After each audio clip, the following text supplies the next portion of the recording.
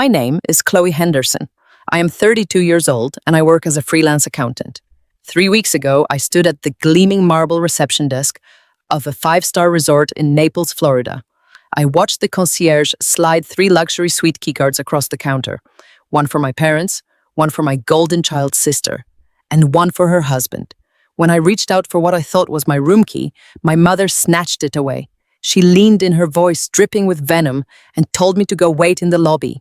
She said my place was on the sofa in my nephew's room, or I could go find a cheap motel down the highway. I stood there, utterly humiliated, swallowing back years of unappreciated sacrifices. But they've made one fatal miscalculation. Grandpa was flying in the next day, and he was the one paying for everything. If you have ever been the family scapegoat, take a moment to hit that like button and subscribe, but only if you genuinely connect with this story. Drop a comment and let me know where you are watching from right now and what time it is there. Now let me take you directly to that lobby, and the moment the illusion of my family shattered completely. The air in the resort lobby smelled of sea salt and expensive citrus perfume. I was exhausted. I had spent the last 2 months meticulously planning every detail of this family getaway. I booked the flights, coordinated the airport shuttles, and mapped out the dining reservations. I did it all between juggling my tax clients, working late into the night. Because in the Henderson family, that is what I do. I manage the logistics. I handle the heavy lifting. My parents, Richard and Susan, stood at the check-in counter, practically vibrating with excitement. Next to them stood my younger sister, Brittany, holding her designer sunglasses, and her husband, Brad, a self-proclaimed hotshot lawyer who spent more time adjusting his golf polo than acknowledging my existence. The concierge, a polite young man with a crisp uniform, placed the key cards on the marble surface. 3 cards. He smiled warmly and said, "Welcome to the Naples Grand Resort. Your 3 oceanfront suites are ready, Mr. and Mrs. Henderson." I stepped forward, dropping my heavy duffel bag to the floor. My back ached from carrying not just my own luggage, but also the 2 massive bags of toys and snacks my mother insisted I bring for Brittany's kids. I reached out toward the counter. I thought maybe the concierge was holding my key behind the desk. Before my fingers could even graze the marble, my mother grabbed my wrist. Her grip was tight, her perfectly manicured nails digging into my skin. She pulled me a step back from the counter, away from the concierge. "What are you doing?" I asked, keeping my voice low. "Where is the key for my room?" My mother looked at me. Her eyes were cold, devoid of any maternal warmth. She let go of my wrist and leaned in close.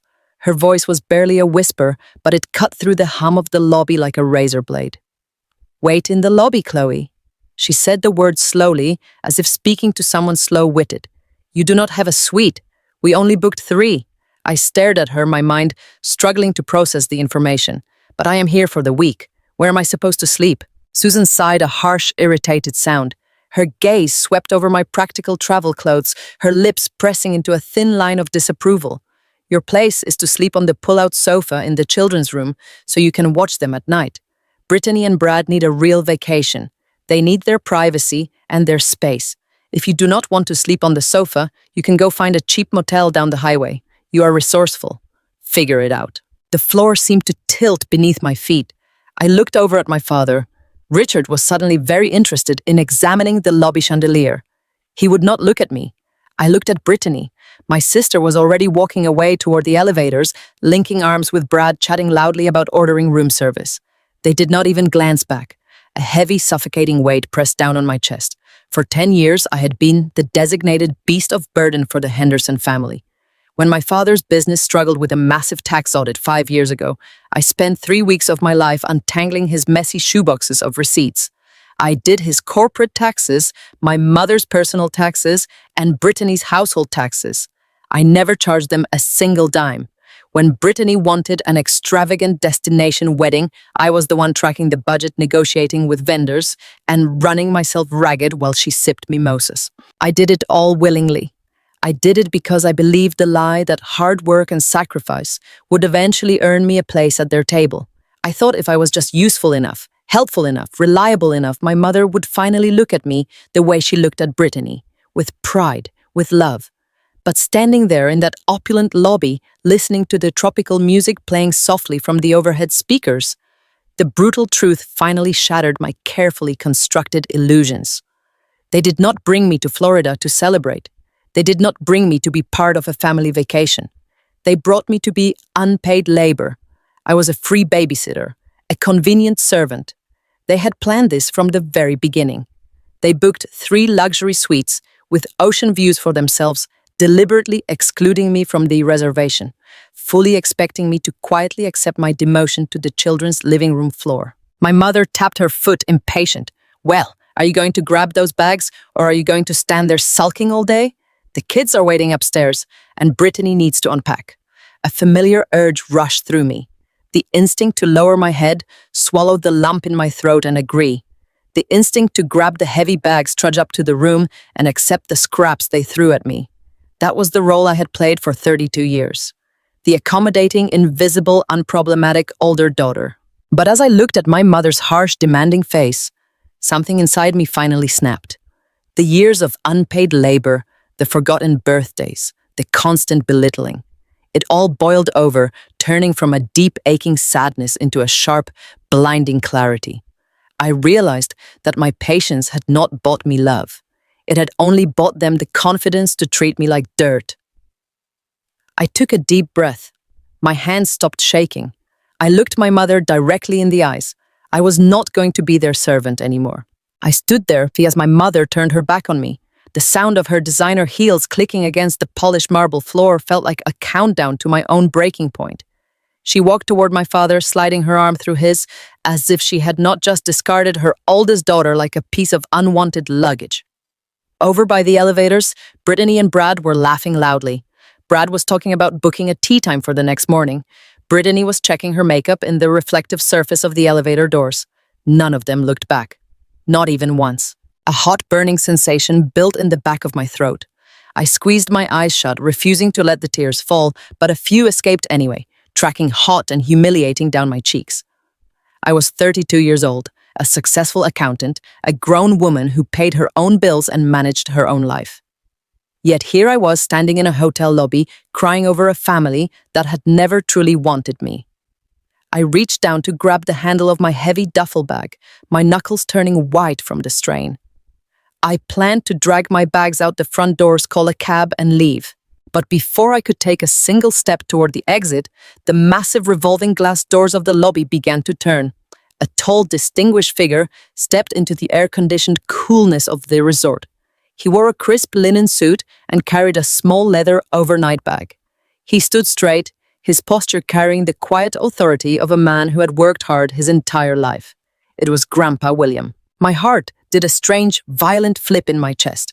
Grandpa was 78 years old, the patriarch of the Henderson family, and the only person who had ever shown me genuine, unconditional love. But he was not supposed to be here. His flight from Chicago was scheduled for tomorrow afternoon. He had specifically told me he wanted to rest an extra day before dealing with the Florida heat. I wiped my face quickly with the back of my hand, trying to compose myself, but Grandpa William had eyes like a hawk. He paused near the entrance, scanning the vast lobby. His gaze swept right past the concierge desk, past the indoor palm trees, and landed squarely on me. He stopped. His warm smile vanished instantly. He saw the heavy bags surrounding me. He saw my flushed face. He saw the tears I could not wipe away fast enough. At that exact moment, my mother happened to glance back from the elevator bank. I watched the color drain completely from her face. Her tanned complexion turned an ashen, sickly gray. She gasped a sharp intake of air that made my father turn around. When Richard saw his own father standing near the entrance, he actually dropped his phone. It clattered loudly against the marble floor. Grandpa paid for this entire trip. He had wired $50,000 to my mother's account 2 months ago with one strict instruction. He wanted his entire family to have a beautiful, relaxing week together by the ocean. He paid for luxury.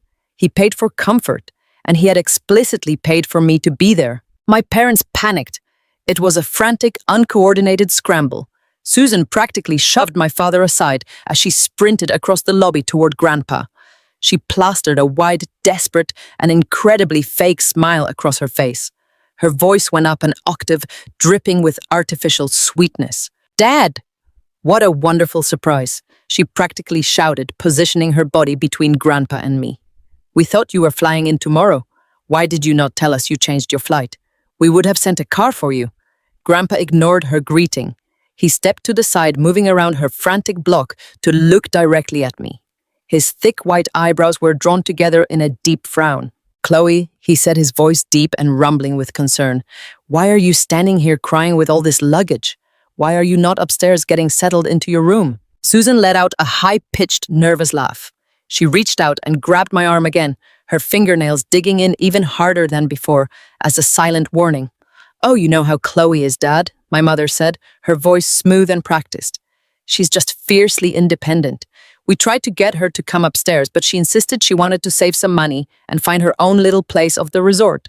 She said she prefers the quiet away from the kids." "Right, Chloe."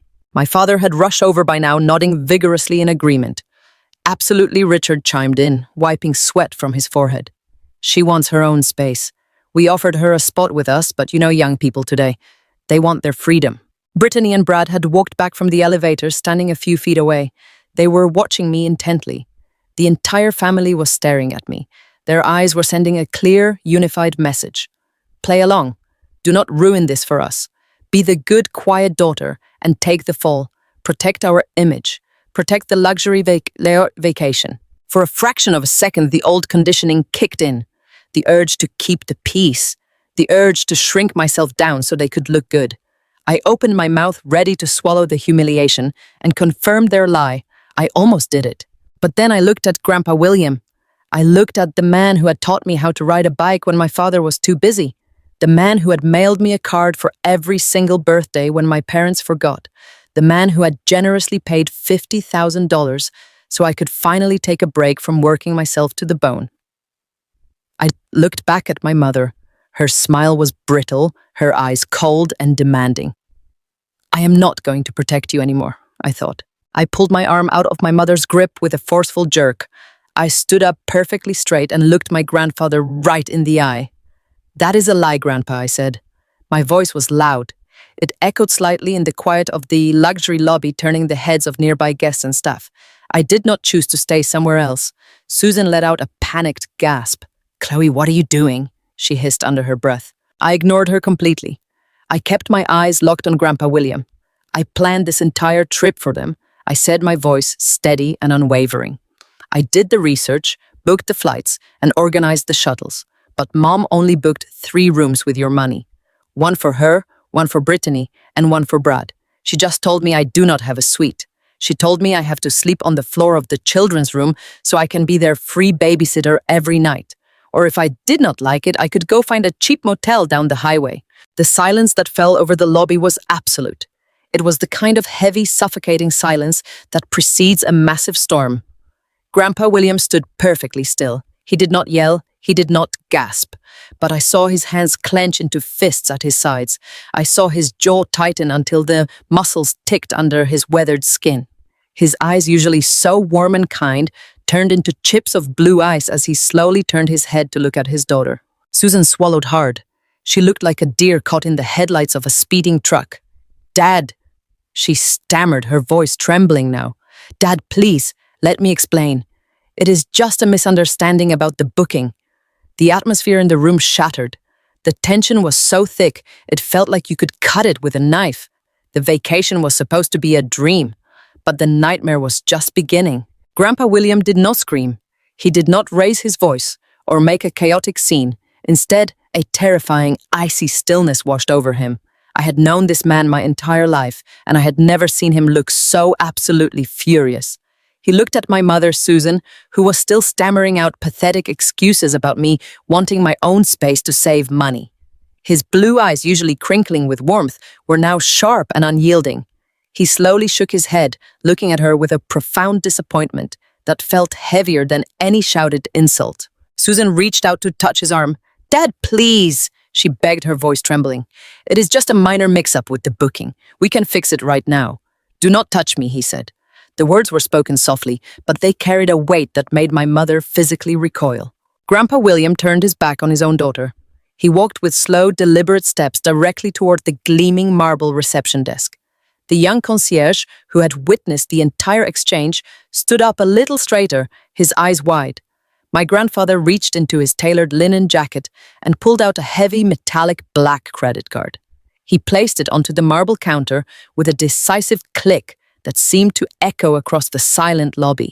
"I need to speak with the general manager immediately," Grandpa William said. His tone left absolutely no room for negotiation or delay. Within 60 seconds, a well-dressed man with a silver name tag hurried out from a back office. He introduced himself as the resort director, looking nervously between my grandfather, the black card, and my panicked family hovering a few feet away. The lobby of the luxury resort was filled with wealthy vacationers in pristine resort wear, sipping iced cocktails and waiting for their rooms. Their eyes were now fixed entirely on our unfolding family drama. "My name is William Henderson," my grandfather said, his voice carrying clearly across the space. "2 months ago, I wired $50,000 to my son and daughter-in-law to arrange a luxury family retreat at your establishment. I paid that specific amount to ensure that every single member of my family, especially my hardworking granddaughter Chloe, would have a private oceanfront suite. I did not pay $50,000 for Chloe to sleep on a floor while the rest of them lived like royalty." The manager swallowed hard, his professional smile faltering. "I understand, sir. Let me pull up the reservation." My father Richard finally found his voice. He scurried forward, his face flushed a deep, embarrassed red. "Dad, wait," Richard pleaded. "We just wanted to be practical. The suites are expensive, and Brittany has the 2 kids. We thought it made sense to consolidate. We were trying to save some of your money for the dining and activities." Grandpa William turned his head just enough to look my father in the eye. "Save my money," he repeated. The contempt in his voice was absolute. "You did not save anything, Richard. You spent every single dime of that $50,000. You just chose to spend it on yourselves and leave your oldest daughter with nothing. You thought I would not find out. You thought she would be too quiet to complain." I stood frozen by my luggage, my heart pounding against my ribs. For 32 years, I had been the family scapegoat. I had been the invisible accountant, the free event planner, the unpaid babysitter. I had swallowed my pride 1,000 times to keep the peace.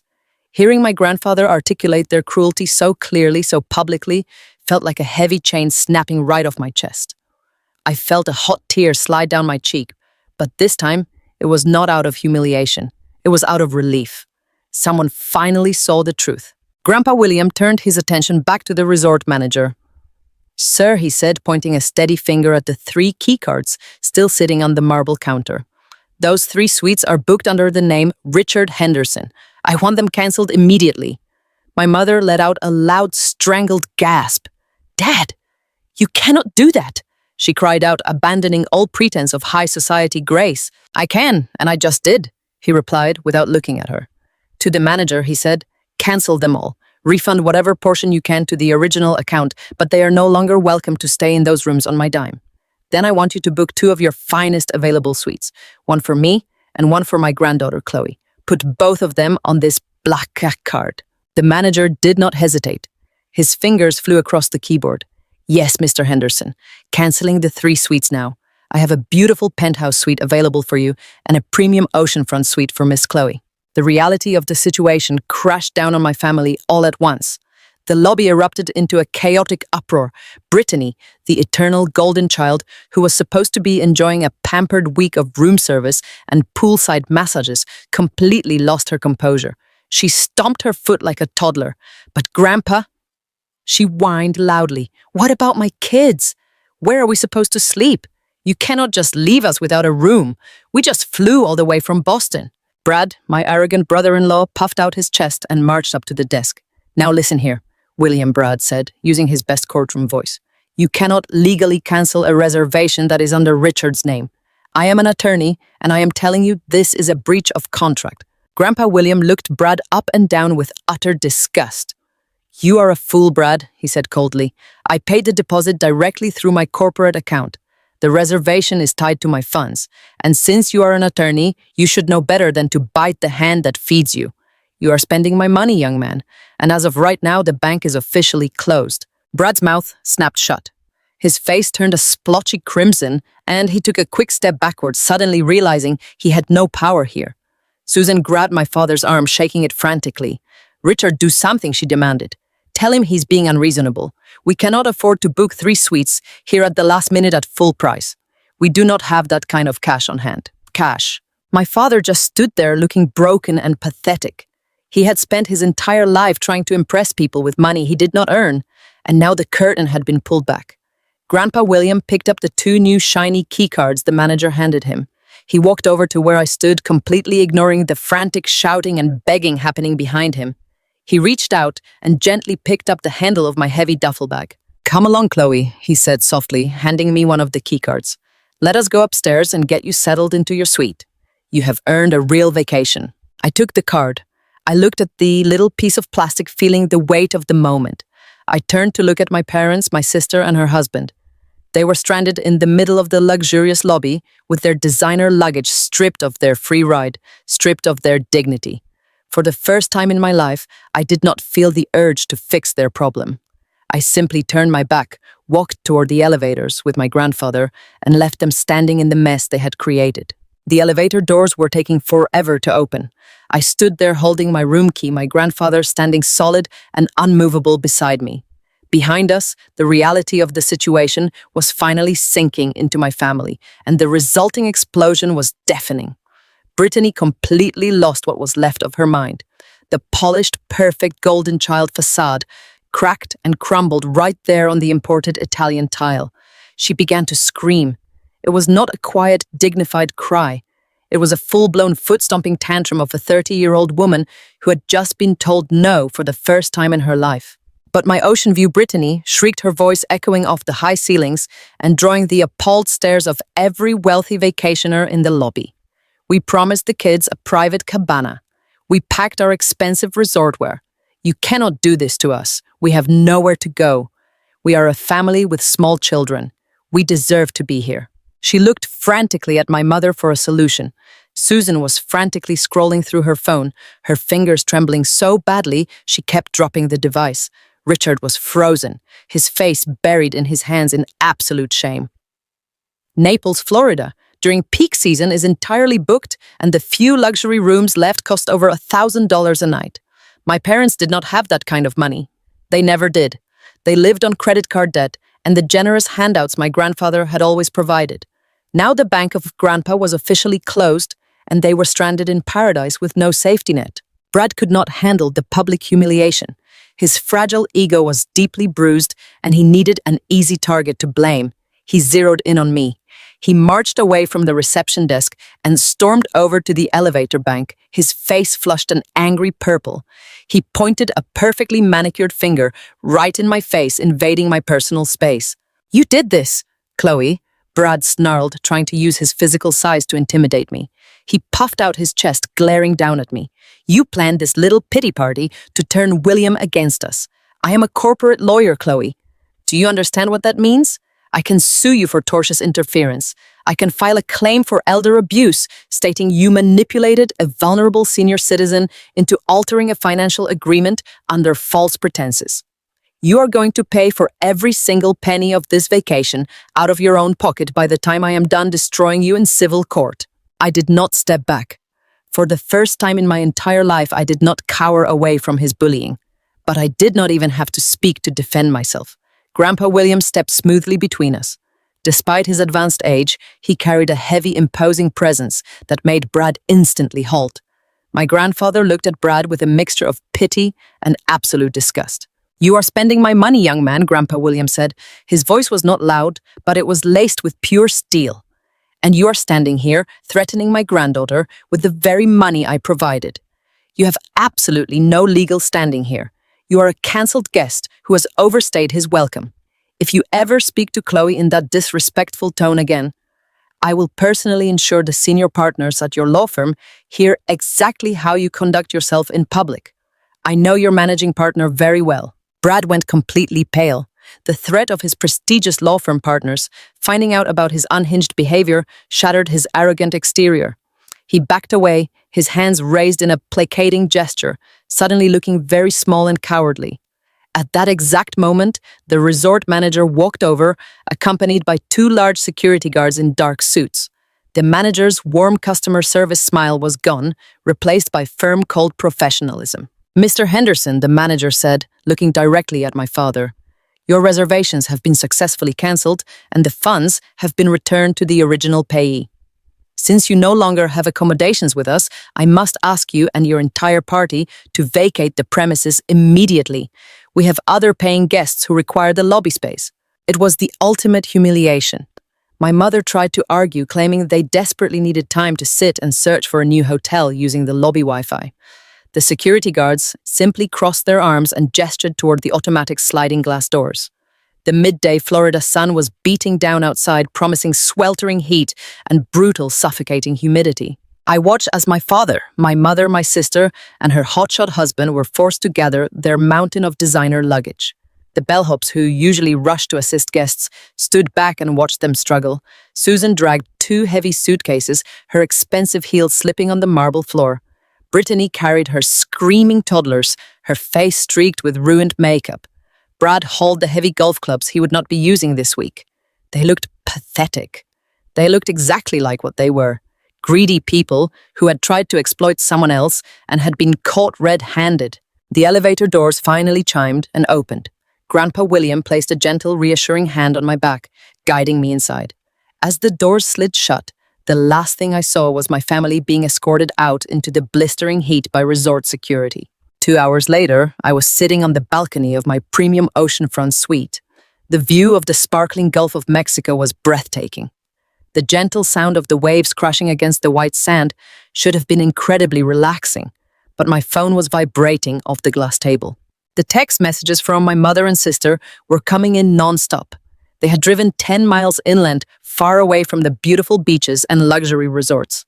They had been forced to use their own maxed-out credit cards to book 2 cramped, dingy rooms at a rundown roadside motel next to a noisy interstate highway. Susan texted me photos of a stained carpet and a buzzing, broken neon sign right outside their window. "You ruined our lives, Chloe," the message read. "We are staying in a filthy dump. The kids are crying because there is no pool. Your father is having chest pains from the severe stress you caused. I hope you are happy with yourself. You are dead to this family." Brittany sent a message right after. "You have always been terribly jealous of me. You are a bitter, lonely woman who could not stand to see me happy and successful. You are dead to me." I sat there reading those hateful words, feeling the warm sea breeze on my face. A younger version of me would have felt a crushing wave of guilt. I would have called them crying, offering to pay for their rooms, begging for their forgiveness. But sitting there on that beautiful balcony, I felt absolutely nothing for them. The family conflict had officially erupted into an all-out war. They had drawn the battle lines, assuming I would surrender like I always did. They had no idea that I was finally ready to fight back. The morning sun streaming through the floor-to-ceiling windows of my luxury suite was a stark contrast to the dark storm brewing inside my mind. I had slept in a bed softer than a cloud wrapped in high-thread couch sheets, while my parents and my sister woke up in a cheap roadside motel. A part of me, the old Chloe who had spent 32 years trying to buy their love with free accounting work and endless babysitting, felt a twinge of guilt. But that guilt evaporated the moment my grandfather knocked on my door at 8 in the morning. He did not look like a man on vacation. He was wearing a crisp button-down shirt, his face set in grim, unreadable lines. He held his worn leather briefcase tightly in his left hand. He told me to get dressed. We needed to talk, and we needed to do it away from the resort. He drove us in his rental car to a traditional American diner a few miles down the coast. It was exactly the kind of place Grandpa William loved. The air smelled of freshly brewed black coffee, sizzling bacon, and sweet maple syrup. The waitress, a kind older woman named Betty, poured our mugs full and left us alone in a quiet corner booth with cracked red vinyl seats. I wrapped my hands around my warm coffee mug, waiting. The diner buzzed with the low chatter of locals reading the Sunday paper. But at our table, the silence was heavy. Grandpa William did not touch his breakfast. Instead, he unlatched his leather briefcase and pulled out a thick manila folder. He placed it squarely on the laminated table between our plates. He looked at me, his bright blue eyes searching my face with a mixture of deep sorrow and burning anger. "Chloe," he said, his voice dropping low so only I could hear, "I need you to listen to me very carefully, and I need you to be completely honest. What exactly did you do with the trust fund disbursements over the last 10 years?" I stared at him, my brow furrowing in total confusion. I slowly set my coffee mug down. I asked him what he was talking about. I told him I did not have a trust fund. I had paid my own way through college with student loans and part-time jobs. I worked as a freelance accountant and drove a 10-year-old Honda. I had never received a single dime of trust fund money in my entire life. Grandpa closed his eyes for a long, painful moment. When he opened them, the sorrow was gone. Only the anger remained cold and sharp. He opened the manila folder and turned it around so it faced me. When you and your sister Brittany were born, I set up a generation skipping trust for both of you. He explained, his finger tapping a heavy legal document dated over 3 decades ago. It was designed to pay for your education, help you buy your first homes, and give you a solid financial foundation. I funded it generously. By the time you turned 21, your half of the trust was worth well over $500,000. The breath left my lungs. $500,000. I felt dizzy. I looked down at the documents. They were official bank statements, trust ledger summaries, and authorization forms. My name was printed at the top of several pages, right next to massive dollar amounts that I had never seen. I looked back up at my grandfather, my voice trembling as I asked him how this was possible. I asked him where the money went. "That is what breaks my heart, Chloe," he said, his voice thick with regret. 5 years ago, right around the time your father had his business tax issues, your mother came to me crying. She told me you were spiraling out of control. My mother told him I was spiraling. I sat frozen in the diner booth, the smell of bacon suddenly making me feel nauseous. Grandpa nodded, his jaw tight. Susan called me in tears. She said you had developed a severe shopping addiction and were gambling away your savings on terrible high-risk day trading. She told me you were constantly begging them to bail you out of credit card debt. She painted a picture of a reckless, out-of-control young woman who was throwing her life away. I was living in Chicago, dealing with my own health issues at the time. I was terrified for you. When I tried to call you, Susan intercepted. She said you were too ashamed to speak to me, that you were deeply embarrassed by your wild spending. I felt a cold sweat break out on the back of my neck. While I was sitting at my tiny kitchen table working past midnight to untangle my father's corporate tax mess for free, my mother was telling my grandfather I was a reckless gambler. While I was struggling to pay my modest rent, she was assassinating my character to the only person who truly cared about me, because I believed her lies. Grandpa continued, his voice hardening with self-directed anger. I agreed to a legal maneuver. Susan and Richard convinced me that the only way to protect your future was to appoint them as your financial proxies. They claimed they needed to manage your trust disbursements to slowly pay off your supposed massive debts and get you back on your feet. They filed paperwork stating you lacked the financial maturity to handle the trust. I signed off on it. For the past 5 years, I have been authorizing massive withdrawals from your account, completely believing the money was going towards saving your life. The pieces of the puzzle slammed into place with terrifying speed. The extravagant destination wedding Brittany had 3 years ago. The one I organized for free, while they spared no expense on imported flowers and champagne. My parents' brand new luxury Porsche, the expensive country club memberships. They did not pay for those things with their own money. They paid for them with my money. They stole my future, I whispered, staring blindly at the legal documents on the diner table. They stole my future, and they made me their free servant while they did it. Grandpa William reached across the table and placed his large, warm hand over my shaking fingers. They did not just steal your money, Chloe. They stole your reputation. They made me believe my brilliant, hardworking granddaughter was a failure who needed to be managed. They used my love for you to rob you blind. I looked at the bank statements again. The sheer magnitude of the betrayal was suffocating. My parents had not just favored Brittany. They had not just taken me for granted. They had actively, maliciously plotted to drain my trust fund using a fabricated story about my mental and financial stability to justify their theft. They had lived like royalty on my stolen inheritance, all while treating me like dirt on their shoes. A deep, consuming rage ignited in my chest. It burned away the last remnants of the eager-to-please daughter I used to be. I looked at my grandfather. His eyes were locked on mine, waiting. We were no longer just a grandfather and granddaughter eating breakfast. We were two people who had been horribly betrayed by the exact same people. What do we do now? I asked, my voice completely steady. Grandpa William closed the manila folder. We do what they least expect, he said smoothly. We let them think they are still winning, and then we take absolutely everything from them. I pulled the manila folder closer to my side of the diner table. My hands had finally stopped shaking. The tears that had been threatening to spill over my eyelashes just moments ago completely dried up. I am an accountant. For over a decade, I have made my living by finding the truth hidden inside columns of numbers. Numbers do not lie. They do not gaslight you. They do not tell you that you are overly sensitive or crazy. Numbers tell the exact, undeniable truth. And as I stared down at the crisp white pages of the trust fund ledger, the story they told was horrifying. I scanned the first page of the bank statements, my eyes instinctively jumping to the withdrawal column. Grandpa William sat silently in the red vinyl booth across from me, watching as my professional training took over.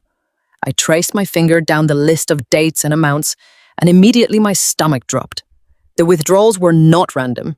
They were highly specific, massive lump sums that correlated perfectly with events I knew intimately. My finger stopped on a date from exactly 3 years ago, June 14th, a withdrawal of $45,000. My breath hitched in my throat. I remembered that exact date because I was the one who had spent 3 hours on the phone with a luxury event planner in Boston. That was the exact day the deposit was due for Brittany's lavish destination wedding at an exclusive vineyard. I remembered my mother bragging to her friends about how she and my father were sparing no expense for their youngest daughter's special day. They had imported orchids from Hawaii. They had booked a 5-star catering company that served Wagyu beef and lobster. I had managed the vendor contracts for free, staying up until 2 in the morning to balance their wedding budget while they slept. I thought my parents had taken out a second mortgage to pay for it. But right here, printed in black and white ink, was the truth. They paid for Brittany's dream wedding using my college fund. I turned to the next page, my vision narrowing. The diner around me faded away. The smell of bacon and coffee disappeared. There was only the ledger. I found another date from 2 years ago, October 2nd, a single wire transfer of $82,000. The memo line simply read, "Vehicle financing." I closed my eyes for a second, feeling a wave of pure disgust wash over me. That was the week my father drove up to the house in a brand new custom-ordered Porsche Cayenne. He had stood in the driveway polishing the silver hood emblem, telling all the neighbors that his smart investments had finally paid off. He had even looked at my 10-year-old Honda parked on the street and made a cruel joke about how I needed to work harder if I ever wanted to drive a real car. He bought his luxury sports car with the money Grandpa William had set aside for my future home. It did not stop there. I found quarterly withdrawals of $15,000 labeled as maintenance fees. They matched the exact cost of my parents' premium membership at the elite Oak Ridge Country Club. I found thousands of dollars pulled out every December, lining up perfectly with their annual winter ski trips to Aspen. Trips where I was always told there was not enough room in the budget for me to join them. Every extravagant purchase, every boastful display of wealth, every single thing that made the Henderson family look like upper-class elite had been funded by stealing directly from the daughter they treated like a servant. The profound sadness that had weighed me down my entire life began to evaporate. The little girl inside me who just wanted her mother to love her was gone. In her place, a cold, sharp, and calculating indignation took root. This was not just a case of toxic family dynamics. This was not just blatant favoritism. This was calculated, systematic financial fraud. They had convinced my grandfather that I was mentally unstable and financially reckless. They had painted me as an addict to gain legal control over my assets. They stole my money, and then they had the absolute audacity to make me do their taxes for free every spring. They literally made me cover up the tracks of their own theft. I looked up from the documents. Grandpa William was watching me, his jaw clenched so tightly I could see the muscle ticking in his cheek. He did not need to ask what I had found. He could see the realization burning in my eyes. They paid for Brittany's wedding with this? I said, my voice eerily calm. I tapped the paper with my index finger. They bought Dad's Porsche with this. The country club. The ski trips. Every single luxury they flaunt came straight out of my trust fund. Grandpa William closed his eyes and let out a long, shaky breath. He looked older in that moment, the weight of his daughter's betrayal pressing down heavily on his shoulders. "I am so sorry, Chloe," he whispered. "I should have asked you directly. I should never have blindly trusted Susan. I thought I was protecting you." I reached across the table and gripped his hands. "Do not apologize to me, Grandpa. I said firmly. You are a victim of their lies just as much as I was. They manipulated your love and concern for me to line their own pockets. They thought because I am quiet, because I have always kept the peace, that I would just accept my place at the bottom of the family ladder forever. I pulled the manila folder back toward me, carefully aligning the edges of the paper. My mind was already shifting gears, building a financial map, strategizing the next steps. I knew how my parents operated. I knew my father kept his most sensitive documents locked in the safe inside his home office. If they had successfully drained my trust, there had to be a paper trail of wire transfers and forged authorization forms hidden in that house. I looked at my grandfather, and for the first time since this nightmare began, I felt incredibly powerful. We are going to expose them, I told him, my voice completely devoid of any hesitation. But we cannot just confront them with these bank statements. My mother will twist the story. She will claim they spent the money on my behalf. Brad will use his legal jargon to tie us up in family court for years. If we want to destroy their facade permanently, I need hard, undeniable proof of their fraud. I need the documents from my father's safe. Grandpa William opened his eyes. The sorrow was gone, replaced by a fierce protective determination. And how exactly do you plan to get those documents, he asked. I gave him a cold, empty smile. I am going to do what I always do, I replied. I am going to go over to their house this Sunday, put on an apron, and clean up their mess. Only this time, I am taking everything. The flight back from Florida to Boston felt like the longest journey of my entire life. Grandpa William had flown back to Chicago to handle his end of our legal strategy, leaving me alone to face the immediate fallout. My parents, my sister Brittany, and her arrogant husband Brad had been forced to cut their miserable motel stay short. They flew home a day early on their own dime, furious and humiliated. By the time my plane landed, my phone was clogged with passive-aggressive voicemails from my mother demanding a groveling apology for ruining their dream vacation. I gave her exactly what she wanted. I stood near the airport baggage carousel, surrounded by strangers, and swallowed every single ounce of my pride. I dialed her number and put on the most pathetic, remorseful voice I could possibly muster. I told her I was so incredibly sorry for overreacting at the resort. I lied and said I had deeply misunderstood the room bookings. I blamed my outbursts on being completely exhausted from working so much overtime during tax season. I told her I bitterly regretted causing a scene in front of Grandpa William. I hated every single syllable that came out of my mouth. The words tasted like ash on my tongue, but I knew it was the absolute only way to get back inside their house. My mother soaked up my fake apology like a dry sponge. She gave me a long, self-righteous lecture about the importance of respect and family unity. Then she seamlessly slid right back into her old demanding habits. She informed me they were hosting a welcome home Sunday barbecue for Brad's wealthy parents the very next day. She expected me to be there by 10 in the morning sharp to prepare the potato salad, marinate the ribs, and set up the patio. I agreed instantly. Sunday morning arrived with a crisp breeze, but inside my parents' large colonial house, the atmosphere felt thick and suffocating. I walked through the front door carrying heavy bags of groceries that I had paid for with my own money. The moment I stepped into the kitchen, my mother handed me a worn apron and a long list of chores. For the next 6 hours, I played my part flawlessly. I chopped vegetables until my hands cramped. I scrubbed the patio chairs until they shined. I served iced drinks to Brad's parents while they sat on the deck and loudly complained about the terrible Florida humidity they had barely survived. Brittany lounged on a shaded chaise chair, sipping sparkling water. She only held her toddlers long enough for quick social media photo opportunities before shoving them right back toward me. I watched them all perform their perfect upper-middle-class lives, knowing with absolute certainty that their entire production was funded by money stolen from my future. Every time my father laughed and patted Brad on the back, my stomach churned with disgust. Every time my mother criticized the way I sliced the tomatoes or arranged the serving platters, I had to physically bite the inside of my cheek to keep from screaming the truth in her face. But I kept my head down. I smiled softly. I apologized when someone bumped into me. I became the invisible, accommodating, silent Chloe they had meticulously designed me to be. I needed them to feel completely comfortable. I needed them to drop their guard. They thought they had successfully disciplined me back into submission. They honestly believed the natural order of the Henderson family had been restored. They had no idea I was just biding my time waiting for the afternoon football game to begin. By 4 in the afternoon, the barbecue was winding down and the main event was starting. The Sunday afternoon football game was a sacred tradition for the men in my family. My father Brad and Brad's father retreated to the massive living room, taking up their usual positions on the expensive leather sectionals. My mother and Brittany joined them shortly after bringing plates of leftover ribs and pouring fresh glasses of expensive red wine. The television volume was turned up so high it rattled the glass in the window panes. The men were shouting at the referees on the screen, completely engrossed in the game. From the living room, my mother shouted toward the kitchen, commanding me to make sure the fine china was hand-washed and carefully dried before I left for the day.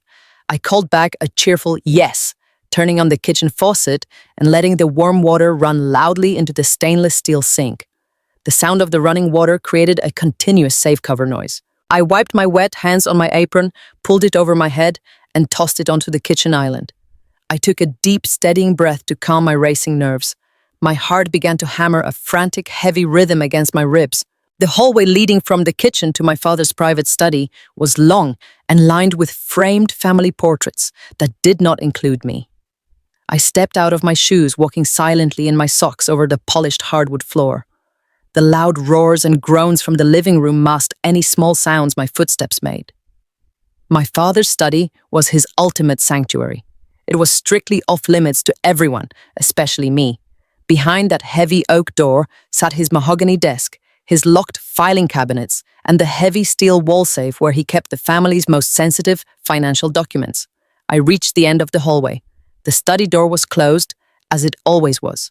I grasped the cold brass doorknob, silently praying to whatever was listening that it was not locked. I turned the handle slowly, wincing at the tiny squeak of metal, and pushed the door open.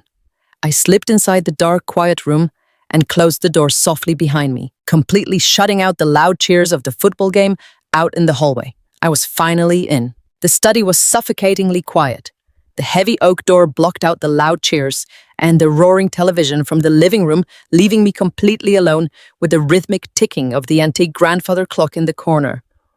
I moved quickly and silently across the plush carpet, stepping behind my father's massive mahogany desk. I knelt down and pulled back the corner of the heavy oriental rug.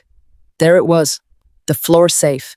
I had done my father's corporate and personal taxes for over a decade. I knew exactly how his mind worked. He was a creature of habit, arrogant and entirely predictable. I did not even have to search for a combination written on a hidden slip of paper. I simply punched in a 6-digit code on the electronic keypad, 041292. It was Brittany's birthday. The green indicator light blinked twice, and the heavy steel door clicked open with a soft thud. I let out a shaky breath I did not realize I had been holding. Inside the dark metal box, stacked neatly between property deeds and life insurance policies, was a thick leather-bound binder. The embossed gold label on the spine simply read, Family Trust. My hands were slick with cold sweat as I pulled the heavy binder out and laid it gently on the polished surface of the desk.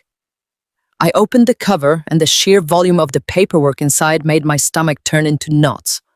These were the detailed, uncensored records my grandfather had never been allowed to see.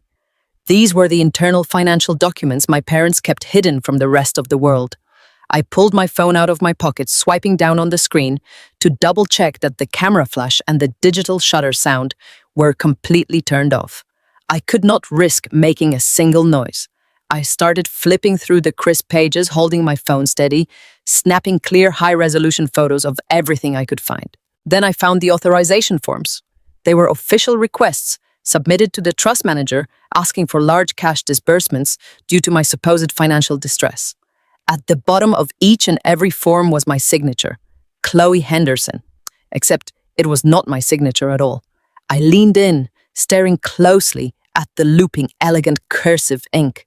It was my mother's handwriting.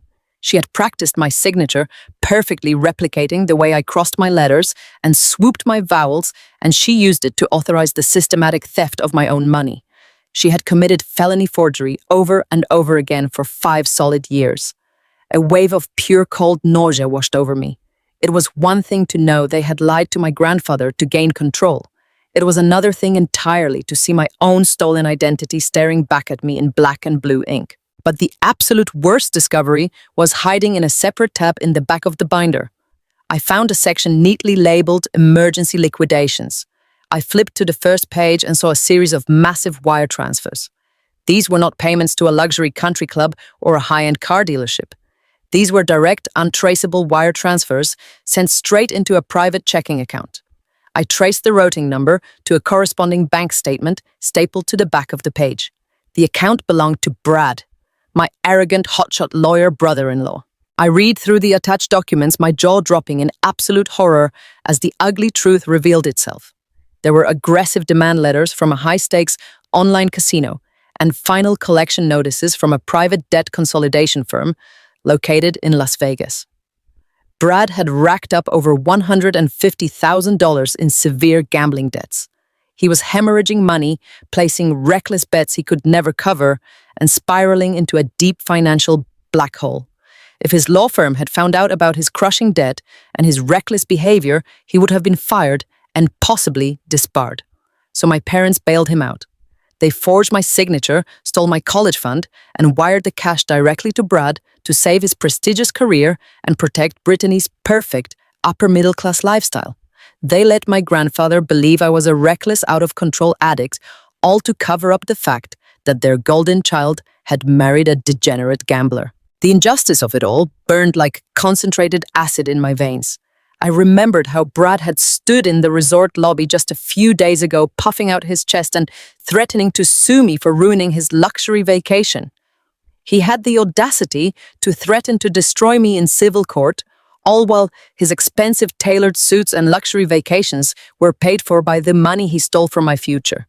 I gripped my phone tightly, my hands completely steady now. The sadness was entirely gone. The shock had evaporated. Only a razor-sharp need for absolute undeniable justice remained. I took photo after photo capturing every single bank statement, every forged signature, and every collection notice. I made absolutely sure every digit, every date, and every name was perfectly legible on my screen. This was the ammunition I needed. This was the concrete proof that would tear their carefully constructed world down to the studs. I flipped to the very last page of the binder. I leveled my phone over the paper to capture the final wire transfer receipt. I tapped the center of my screen to focus the lens. Suddenly, the brass doorknob of the study rattled loudly. My blood turned to pure ice. The heavy oak door began to push open the metal hinges, letting out a faint, terrifying whine. There was absolutely no time to put the thick binder back into the floor safe. There was no time to close the heavy steel door. I grabbed the leather binder, clutching it tightly against my chest, and dove directly under the massive mahogany desk. I pulled my knees up to my chin, making myself as small as physically possible, pressing my back flat against the dark wood paneling in the shadows. The door clicked shut. Heavy footsteps entered the room. It was the sharp, unmistakable sound of my mother's expensive designer heels clicking against the hardwood floor.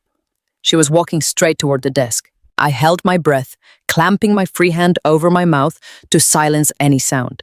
My heart was pounding so violently against my ribs I was terrified the sound would echo in the quiet room. The clicking heel stopped right in front of the desk. I could see the pointed tips of her shoes just inches away from my knees. If she looked down, if she dropped a pen, if she simply stepped around to sit in my father's chair, she would find me hiding there with the stolen binder clutched in my arms. The television was still blaring in the distant living room, but inside the study, the silence was agonizing. I squeezed my eyes shut, clutching my phone and the undeniable proof of their crimes against my racing heart, waiting in the dark for the inevitable moment she would discover I knew exactly what they had done. I pressed myself so hard against the back panel of the mahogany desk that I felt the wood bruising my spine. My mother stood just inches away. I could see the sharp pointed tips of her designer heels facing my direction. I squeezed my eyes shut and prayed she would not drop a pen or look down. But she did not sit in my father's chair. Instead, she paced nervously across the oriental rug. A second later, the heavy oak door opened and closed again. 2 pairs of men's shoes joined my mother's heels on the carpet. It was my father, Richard, and my brother-in-law, Brad. They had left the football game. They were seeking privacy. "We need to figure this out right now," my mother said. Her voice was completely stripped of the sweet, accommodating tone she used with her wealthy friends. She sounded frantic. William is asking too many questions. Did you see the way he looked at us in Florida? He knows something is wrong. I told you we should have never booked those suites on his credit card. We pushed our luck too far. My father let out a heavy sigh. It was the sound of a man crumbling under the weight of his own lies. He called my cell phone this morning, Richard admitted. He asked for the contact information of the firm handling the trust disbursements. I lied and told him the office was closed for a long weekend, but that excuse will only buy us a few days. If my father gets his hands on the actual ledger, we are finished. He will see the wire transfers to Brad. He will see the forged signatures. He will cut us out completely and demand the money back. The polished, expensive leather loafers belonging to Brad stepped forward. Relax, Richard, Brad said, his voice dripping with arrogant confidence. You are panicking over a problem that has a very simple legal solution. I have been preparing for this exact scenario for months. I knew William would eventually start poking around his accounts. Old men always get paranoid about their money when they realize they are running out of time. But William is 78 years old. He has a history of high blood pressure, and he just flew across the country in a fit of irrational anger. He is not a sharp, intimidating businessman anymore. He is an elderly man whose mind is clearly slipping. I held my breath in the dark space beneath the desk. My grandfather was the sharpest, most articulate man I had ever known. His mind was brilliant, but listening to Brad speak, a sickening dread began to pool in my stomach. I realized exactly what my brother-in-law was trying to do. We file for a conservatorship, Brad announced smoothly. We submit an emergency petition to the probate court first thing Tuesday morning. We claim that William is exhibiting severe signs of dementia and paranoia. We tell the judge that he is making erratic financial decisions like canceling non-refundable family vacations in a state of confusion. Richard, as his only living son, will petition to be appointed as his permanent legal guardian. We will have complete control over his medical decisions and, more importantly, his entire estate. The moment the judge grants the temporary order, William's accounts will be frozen. He will not be able to change his will. He will not be able to hire his own attorney. He will not be able to audit the trust. Everything he owns will fall under your direct control. The room fell dead silent. I waited for my father to object. I waited for him to defend his own dad, the man who had funded his entire privileged lifestyle. Instead, my father asked a single cowardly question. Will it work? Can we actually convince a judge that he is senile? I am a lawyer, Brad chuckled. I know exactly which doctors to call and what paperwork to file. We just need to paint the right picture. A wealthy, confused old man who is pushing away his loving family because his mind is deteriorating. We will say his sudden attachment to Chloe is a symptom of his mental decline. We will argue that she's a troubled, financially unstable young woman who is trying to take advantage of his weakened state. By the time I am done drafting the petition, the court will practically beg you to step in and save him from himself. Do it, my mother said immediately. Her voice was cold and resolute. Do whatever it takes, Brad. If William looks at those bank statements, he will ruin us. He will demand the money back, and we do not have it. We will lose the house. We will lose the cars. We will be ruined in this town. We cannot let an angry old man destroy everything we have worked for. Get the paperwork ready. Richard will sign it tomorrow. I sat in the pitch-black shadows under the desk, my hands trembling violently against the leather binder. They were not just thieves. They were monsters.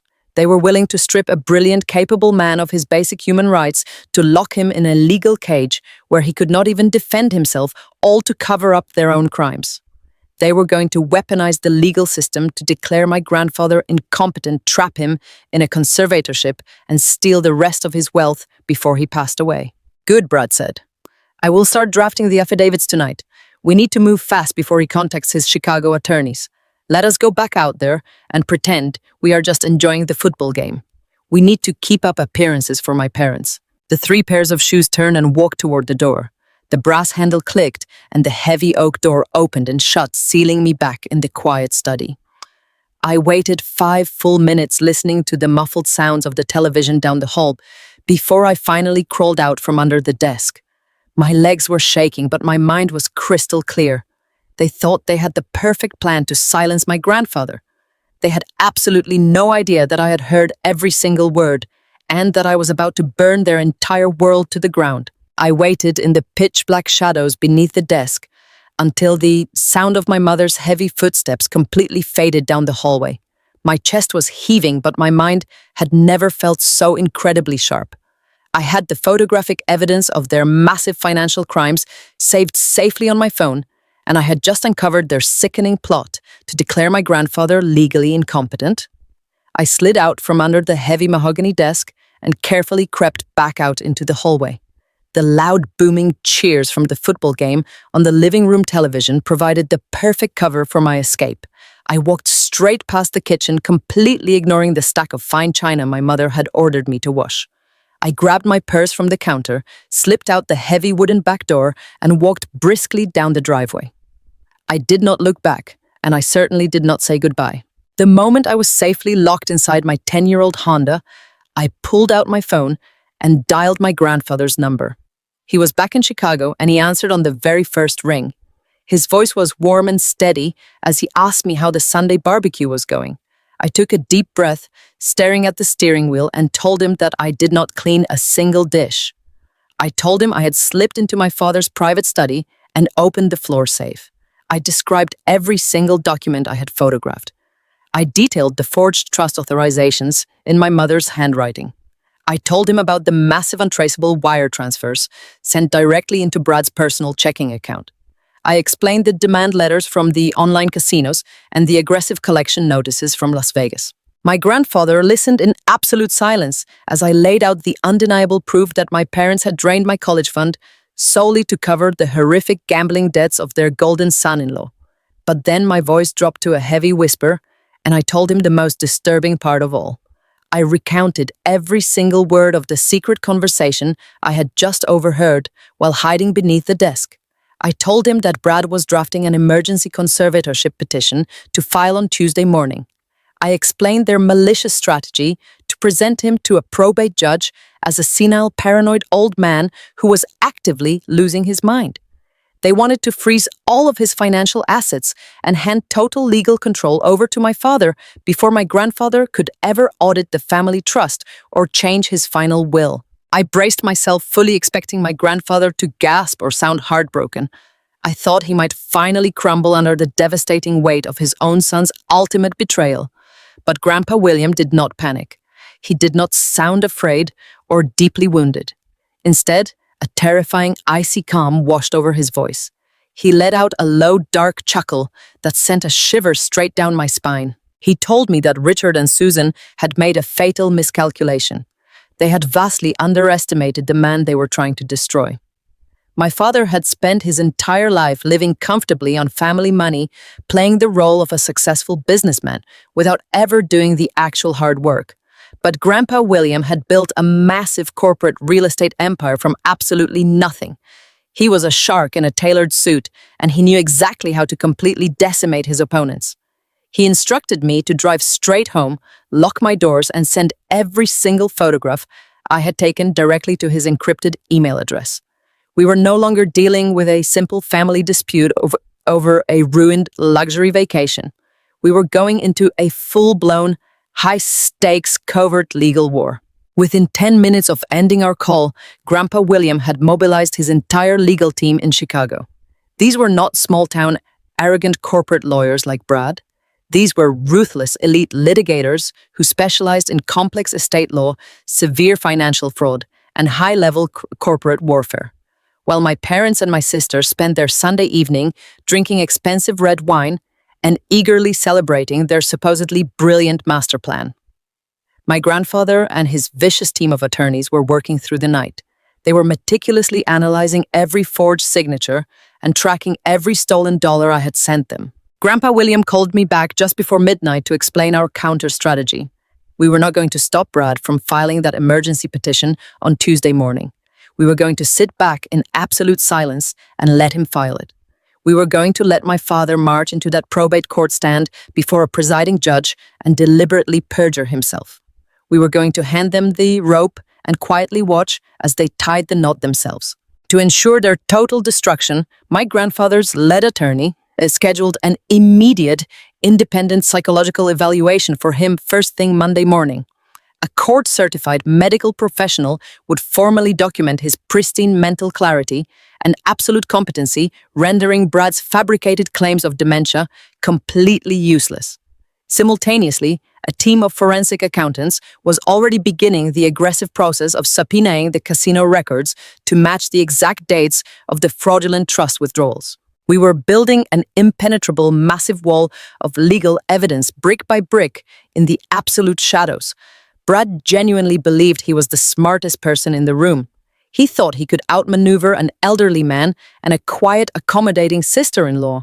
My parents were completely blinded by their own greed and their desperate, pathetic need to maintain their upper-class social status. They thought they were boxing us into a corner, but they were actually digging their own catastrophic financial and legal graves. I sat on the edge of my bed late that night looking out my small apartment window at the quiet city streets. For the first time in 32 years, the heavy, suffocating anxiety that usually ruled my life was entirely gone. The obedient, invisible daughter who cooked their holiday meals and balanced their checkbooks for free was officially dead. I had spent my entire life protecting people who only viewed me as an expendable resource. Now I was standing side by side with the only family member who truly respected me, preparing to trigger the trap that would strip them of everything they valued. The trap was perfectly set, the evidence was securely locked away, and all we had to do now was wait for Tuesday morning. Monday morning arrived with a cold, biting wind that perfectly matched the ice in my veins. I had packed a single bag, walked out of my apartment before the sun even crested the horizon, and boarded the first direct flight to Chicago. I did not tell my parents I was leaving. I did not answer their text messages demanding to know what time I would be over to clean up the rest of the Sunday barbecue mess. The obedient and terrified daughter they relied on was gone. In her place was a woman finally ready to go to war. When my taxi pulled up to the towering glass and steel skyscraper in downtown Chicago, Grandpa William was already waiting for me in the grand lobby. He wore a sharp, custom-tailored navy suit. He did not look like the frail and confused old man my brother-in-law Brad was trying to paint him as. He looked like a king preparing to defend his castle. We hugged, sharing a tight and silent exchange of absolute solidarity before stepping into the private elevator that whisked us up to the top floor. The offices of Harrison and Associates were incredibly intimidating. There was no chaotic chatter, no ringing phones, just thick carpets, dark mahogany walls, and the quiet hum of absolute power. Attorney Arthur Harrison was a man who commanded the room the second you walked in. He was in his late 60s with sharp grey eyes that missed absolutely nothing and a posture that radiated fierce authority. He was not just an estate manager, he was a legal shark who had spent 4 decades protecting the fortunes of the city elite. We sat around a massive marble conference table. I placed my phone on the table and transferred the digital files containing every single photograph I had taken from my father's hidden safe. Attorney Harrison pulled up the images on a large monitor. For 20 minutes, the only sound in the room was the click of his mouse as he scrolled through the forged authorization forms, the massive wire transfers to Brad's personal account, and the severe casino demand letters. Attorney Harrison did not show shock. He showed cold and professional fury. He looked at my grandfather and shook his head in utter disgust. He stated clearly that what my parents had done was textbook financial exploitation and blatant fraud. But when I told him about the conversation I had overheard under the desk about Brad's brilliant plan to file an emergency conservatorship on Tuesday morning, Attorney Harrison actually let out a dry and humorless laugh. He called Brad a sloppy and arrogant amateur who was about to walk blindly into a legal buzzsaw. Attorney Harrison leaned forward and pressed his hands flat against the marble table. He explained that we were going to completely pull the rug out from under them. We were not just going to move the money, we were going to build an impenetrable fortress around it. He pulled out a thick stack of freshly drafted legal documents. This, he explained, was an irrevocable trust.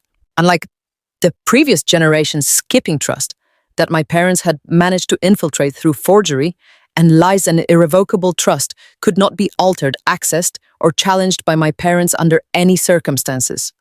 Once the assets were moved inside, they were legally locked away from my father's greedy hands forever. Attorney Harrison looked directly at me. He explained that Grandpa William was transferring the entirety of his remaining fortune, his properties, his investment portfolios, and his liquid cash directly into this new trust. And he was naming me as the sole beneficiary and the sole legal administrator. I stared at the thick stack of paperwork, completely overwhelmed. I looked at my grandfather, my eyes rapidly filling with hot tears. I told him he did not have to do this. I told him I just wanted to stop them from hurting him and stealing his legacy. Grandpa William reached out and held my hand. He told me that I was the only person in the family who had ever loved him for who he was, not for what his bank account could provide. He said my parents had stolen my past, but he was going to ensure they could never touch my future. With a steady and deliberate hand, he picked up the gold pen and signed his name on the dotted lines, legally stripping my father of any future claim to the Henderson estate. But the financial maneuver was only the first half of our counterattack.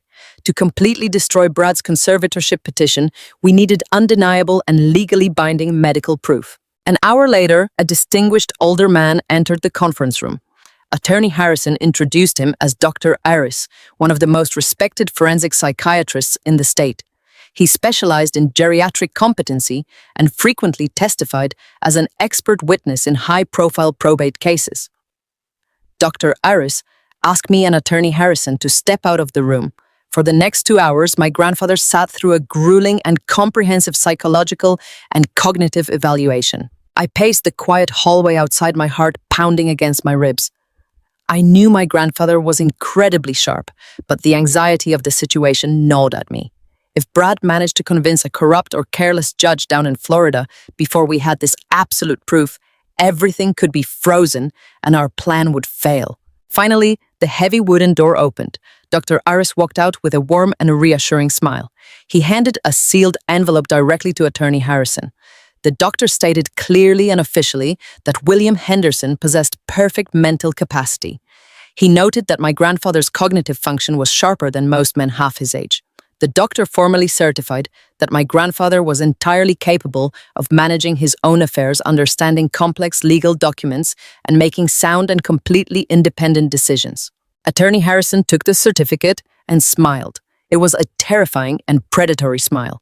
He slid the medical evaluation into a thick legal folder right next to the signed, irrevocable trust documents and the photographic evidence of my parents' massive financial crimes. The trap was fully armed. We had secured the wealth, we had bulletproofed my grandfather's mental competency, and we had the exact proof needed to put my parents behind bars if they dared to fight back. We walked out of that high-rise building and into the brisk Chicago air. I took a deep breath, feeling a profound sense of peace wash over me. Tomorrow was Tuesday. Tomorrow my father and Brad would march into a courtroom completely blinded by their own greed, and they would eagerly detonate the bomb that would end their privileged lives forever. Leaving the law firm felt like stepping out of a suffocating dark cave and taking my first real breath of fresh air. My grandfather and I walked side by side down the busy Chicago pavement. The heavy burden of fear that had plagued me for days was completely gone. We had the irrevocable trust. We had the ironclad medical certificate proving his absolute mental clarity. We had the financial records proving my parents had committed massive fraud. But having the weapon was only half the battle. We needed to choose the perfect moment to pull the trigger. Grandpa William did not want a quiet legal settlement behind closed doors. He wanted them exposed. He wanted to strip them of their false pride in front of the very people they tried so desperately to impress. We returned to his stately brick home to lay out the final phase of our plan. We sat in his warm study, surrounded by walls of old books and the scent of rich mahogany. My grandfather poured us both a cup of hot tea and sat across from me with a thoughtful expression. He explained that if Brad filed his emergency conservatorship petition on Tuesday morning as planned, it would force us to fight a messy defensive battle in a probate court. Even with our evidence, the legal system could move incredibly slowly. We needed to stop Brad from filing that paperwork. We needed to offer them something so incredibly tempting that they would willingly drop their immediate legal attack and walk straight into our trap. My grandfather looked at me with a brilliant spark in his blue eyes. He said the only thing my parents loved more than stealing money was having their fragile ego stroked in public. Grandpa William reached for his phone on the desk. He told me he was going to give them exactly what they wanted to hear. He pressed the speaker button and dialed my father's number. I held my breath as the phone rang once, twice, 3 times. When my father finally answered, he sounded defensive and tense, likely expecting another angry confrontation about the ruined luxury vacation. But Grandpa William was a master of strategy. The moment my father spoke, my grandfather let out a long, heavy sigh. He completely altered his voice. The strong, commanding tone he always used was suddenly gone. Instead, he sounded terribly frail, exhausted, and remarkably old. He coughed softly into his hand, a weak and trembling sound that made my own chest ache, even though I knew it was a complete performance. Richard, my grandfather, said, his voice quivering with fake vulnerability. "I am so glad you answered. I need to talk to you, son." My father was clearly caught off guard by the defeated tone. He cautiously asked if everything was all right. Grandpa William let out another carefully timed, shaky breath. He told my father that the trip to Florida had taken a massive toll on his heart. He said he had been feeling terribly weak since returning to Chicago, and that his memory was starting to slip in frightening ways. He painted a masterful picture of an elderly man who was suddenly terrified of his own declining health. I sat completely still watching my grandfather deliver the performance of a lifetime. He confessed to my father that he had overreacted about the hotel suites. He said he was just confused and tired, and that his angry outburst was a warning sign that he could no longer handle his own affairs. I could literally hear the greedy excitement bubbling up in my father's voice through the speakerphone. Richard immediately softened his tone, putting on a sickeningly sweet voice of false concern. He told his dad to just relax and take it easy. He assured him that family was the most important thing and that they were not angry about the vacation anymore. My father was practically salivating at the idea that his brilliant father was finally admitting defeat. Then Grandpa William dropped the ultimate bait. He told my father that he did not want to spend his final years managing a massive corporate estate. He said he wanted to officially pass the torch. He asked my father to organize a special family gathering at the Oak Ridge Country Club that upcoming Sunday. He specifically chose the very country club my parents had been funding with my stolen college money. "I want to do this the right way," Grandpa William told my father, his voice sounding perfectly helpless. "I am going to fly down to Boston this weekend. I am bringing my estate attorney with me. I want to sit down in the private dining room at the country club, have a nice meal with you and Susan and the girls, and officially sign over the legal power of attorney to you, Richard. It is time for you to take control of the family trust and the property holdings before my mind goes completely. I trust you to do what is best for the family." The silence on the other end of the line was absolute music to my ears.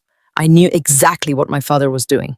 He was looking at my mother and Brad, his eyes wide with triumphant joy. Why would Brad bother filing a risky combative conservatorship petition on Tuesday when the wealthy patriarch was willingly offering to hand over the entire empire on a silver platter on Sunday? My father practically choked on his own words as he rushed to accept the offer. He enthusiastically promised to secure the finest private room at the country club. He assured my grandfather that he would handle absolutely everything and that all he needed to do was rest and bring the legal documents to sign. When the call finally ended, the heavy silence in the study was broken by my grandfather letting out a sharp, genuine laugh. The frail, confused old man vanished instantly, replaced once again by the sharp corporate shark who had built a dynasty from nothing. He looked at me across the polished desk and gave me a firm, resolute nod. "They swallowed it whole," he said smoothly. "They will call off their lawyers in the morning. They will spend the entire week planning a massive celebration of their own greed. They will dress up in their finest clothes and march into that country club expecting to be crowned kings." I felt a cold, hard sense of anticipation settle deep into my bones.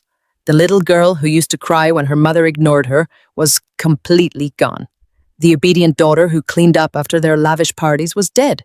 I looked at the digital copies of the forged bank statements saved on my phone. My parents thought they had outsmarted everyone. They thought my quiet nature meant I was stupid. They thought they could steal my future and manipulate an old man without ever facing a single consequence.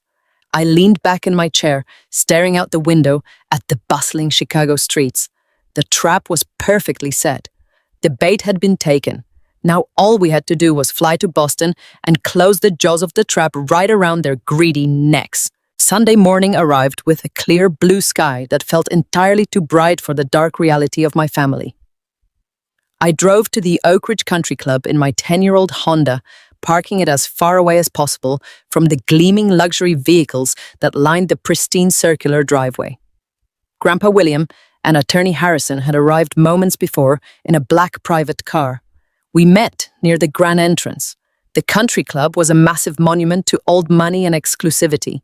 It featured towering white columns, perfectly manicured emerald green lawns, and valet attendants in crisp white uniforms. This was the exact place my parents had been funding for years, using my stolen college money. Walking up those wide marble steps, I felt a deep, powerful calm wash over me. I was wearing a simple tailored navy dress. I held a thick leather portfolio tightly against my side. Inside the portfolio was the absolute destruction of the Henderson family facade. We walked into the private dining room my father had specifically reserved for this occasion. The space was massive and intimidating, decorated with heavy velvet drapes, rich mahogany tables, and expensive floral arrangements that smelled faintly of roses. My parents had not just invited our immediate family to this meeting, they had invited the entire extended family. Aunts, uncles, and distant cousins were mingling around the room with crystal glasses of champagne in their hands. My parents clearly wanted an audience. They wanted everyone to witness the glorious moment when the great William Henderson officially handed over his massive corporate empire to his capable son. When we walked through the double doors, a sudden hush fell over the crowded room. My father, Richard, rushed forward with an oversized, pathetic display of fake concern. He gently grabbed my grandfather by the elbow, guiding him as if he were made of fragile glass. He loudly told everyone to make way, saying that his father needed to sit down immediately because his health was failing rapidly. My mother, Susan, followed right behind him, dramatically dabbing at her dry eyes with a silk handkerchief. She announced to the room that they were just so incredibly grateful to take this heavy burden off William's declining mind. They played the role of devoted, heartbroken caregivers with absolutely sickening perfection. Brad stood near the private bar, puffing out his chest, looking exactly like a king who was about to receive his golden crown. Brittany was holding a glass of sparkling cider, eagerly posing for photos and soaking in the attention of our wealthy relatives. Then my mother turned her sharp, calculating eyes on me. She noticed me standing quietly beside Attorney Harrison, gripping my leather portfolio. Susan could never resist an opportunity to elevate herself by tearing me down, especially in front of a captive audience. She walked over to me, her expensive designer heels clicking loudly against the polished hardwood floor. She gave me a long look of pure condescending pity. She told me she was honestly surprised I had the nerve to show my face after the terrible stress I had caused the family down in Florida. She raised her voice just enough so that my aunts and uncles standing nearby could hear every single word she said. She stated that it was truly pathetic how I was still clinging to my grandfather's skirts at 32 years old. She called me a useless, unstable child who refused to grow up and take responsibility for my own life. She boldly told the entire room that they were taking over the estate today, specifically to protect Grandpa William from my constant financial begging and my reckless behavior. She claimed I had been secretly trying to drain his accounts to fund my own failures. She said it was time for me to finally get a real job and stop acting like a parasitic drain on the family resources. The extended family murmured in quiet agreement, casting shameful, judgmental glances in my direction. My Aunt Margaret whispered something loudly about how I had always been the difficult and jealous one. In the past, a public humiliation exactly like this would have completely broken me. I would have hung my head, fighting back hot tears of absolute shame, and silently accepted their cruel, fabricated narrative to keep the peace. I would have run out of the room to hide. But today, standing in that luxurious dining room, I felt absolutely no pain whatsoever. Instead, a warm, bright wave of pure anticipation spread through my chest. I looked directly into my mother's cold blue eyes and I smiled. It was a soft, patient, and completely serene smile. I did not argue with her. I did not raise my voice to defend myself or attempt to correct her vicious lies in front of the relatives. I simply nodded and agreed. I told her that today was indeed going to be a day of great responsibility and that the absolute truth about the family resources was finally going to be completely exposed for everyone to see. My calm, unshaken demeanor deeply confused her. She fully expected me to cower and cry, but my patience only fueled my own profound sense of satisfaction. Every single insulting word she threw at my face was just another nail driven directly into her own coffin. The more she aggressively played the devoted caregiver, the more she humiliated me in front of our extended relatives, the greater my own quiet joy became. I knew the legal trap was now perfectly set. I knew the legal documents resting in my hands were ironclad and devastating. I just stood there, letting her dig the hole deeper and deeper with every breath she took, silently counting down the minutes until I would push her right in and finally bury her alive. The clinking of fine crystal and the low murmur of wealthy relatives slowly faded away as Brad pushed his chair back and stood at the head of the long mahogany table. He adjusted his expensive silk tie and cleared his throat, commanding the room with the unearned confidence of a man who believed he was holding all the winning cards. The private dining room of the Oak Ridge Country Club fell completely silent. Everyone turned to look at my golden brother-in-law. He picked up his champagne glass, holding it up to the sparkling chandelier light. He looked incredibly proud of himself. He actually looked like a conquering king, preparing to address his loyal subjects. My father sat right next to him, practically vibrating with greedy anticipation. My mother smoothed her designer dress and folded her hands, wearing a perfectly rehearsed expression of gentle concern. They had set the stage for their ultimate robbery, and Brad was stepping right into the spotlight to deliver the final blow. Brad began speaking in a low, soothing baritone. It was the exact voice he probably used in court to manipulate juries and win over sympathetic judges. He thanked everyone for gathering on such short notice. He spoke about family, about legacy, and about the sacred duty the younger generation owes to those who paved the way. He laid it on thick, speaking about honor and sacrifice. It was sickening. Then his eyes shifted down to my grandfather. Grandpa William was sitting quietly, his shoulders slightly hunched, staring down at his untouched plate. He was playing the part of the exhausted, declining patriarch beautifully. Brad looked at him with an expression of deep, exaggerated pity. He told the room that time is a thief that comes for us all. He announced to our aunts, uncles, and cousins that watching a brilliant man grow old and frail is the greatest heartbreak a family can face. He boldly stood there and fed the entire room the exact narrative he had crafted in my father's study. He claimed that Grandpa William was struggling. He said his mind was slipping and that the massive burden of managing the family estate had become far too heavy for his failing health. I watched my parents as Brad spun his web of lies. My father nodded solemnly, looking down at his lap as if he were trying to hold back tears. My mother actually reached over and placed her hand over my grandfather's hand, softly rubbing his knuckles. She looked around the table to make absolutely certain that every single relative saw how devoted and loving she was. She wanted them to witness her selflessness. It was a flawless, revolting performance. Some of the older relatives actually dabbed at their eyes, completely buying into the illusion. They murmured words of support and sympathy, completely unaware that they were providing the cover for a massive financial crime. Brad raised his voice just a notch, making sure it carried to the back of the room. He declared that a loving family must step in to protect their patriarch when he can no longer protect himself. He said it was time for Richard, as the only living son, to take up the mantle. He said it was time to lift the heavy weight of financial management off the shoulders of a man who could barely remember what day it was. With a dramatic flourish that belonged in a cheap soap opera, Brad reached down and unlatched his imported leather briefcase. He pulled out a thick stack of pristine legal documents, bound in a dark blue cover. He held it up for everyone to see. He announced that as the family attorney, he had taken it upon himself to draft the necessary paperwork to make this painful transition as smooth as possible. He wanted to spare William the indignity and confusion of a complicated court process. He framed the hostile takeover of a multi-million-dollar fortune as an act of profound mercy.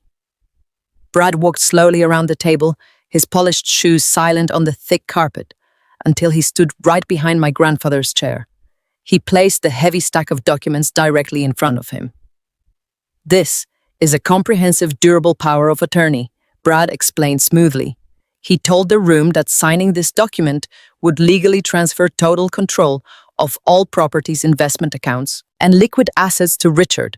It would give my father the absolute power to make every single financial and medical decision on William's behalf from this day forward. Brad reached into his breast pocket and produced a heavy silver pen. He clicked it open and placed it right next to the signature line. He leaned down, placing a hand on the back of my grandfather's chair. His voice oozed with fake sympathy as he told Grandpa William that he did not need to worry about numbers or stressful business decisions ever again. He said that Richard and Susan would take perfect care of everything. All he had to do was sign his name right now, surrounded by the people who loved him, and he could finally rest. The pressure in the room was immense and entirely calculated. Brad had ambushed him in front of a huge audience, knowing that elderly people often avoid causing a scene in public.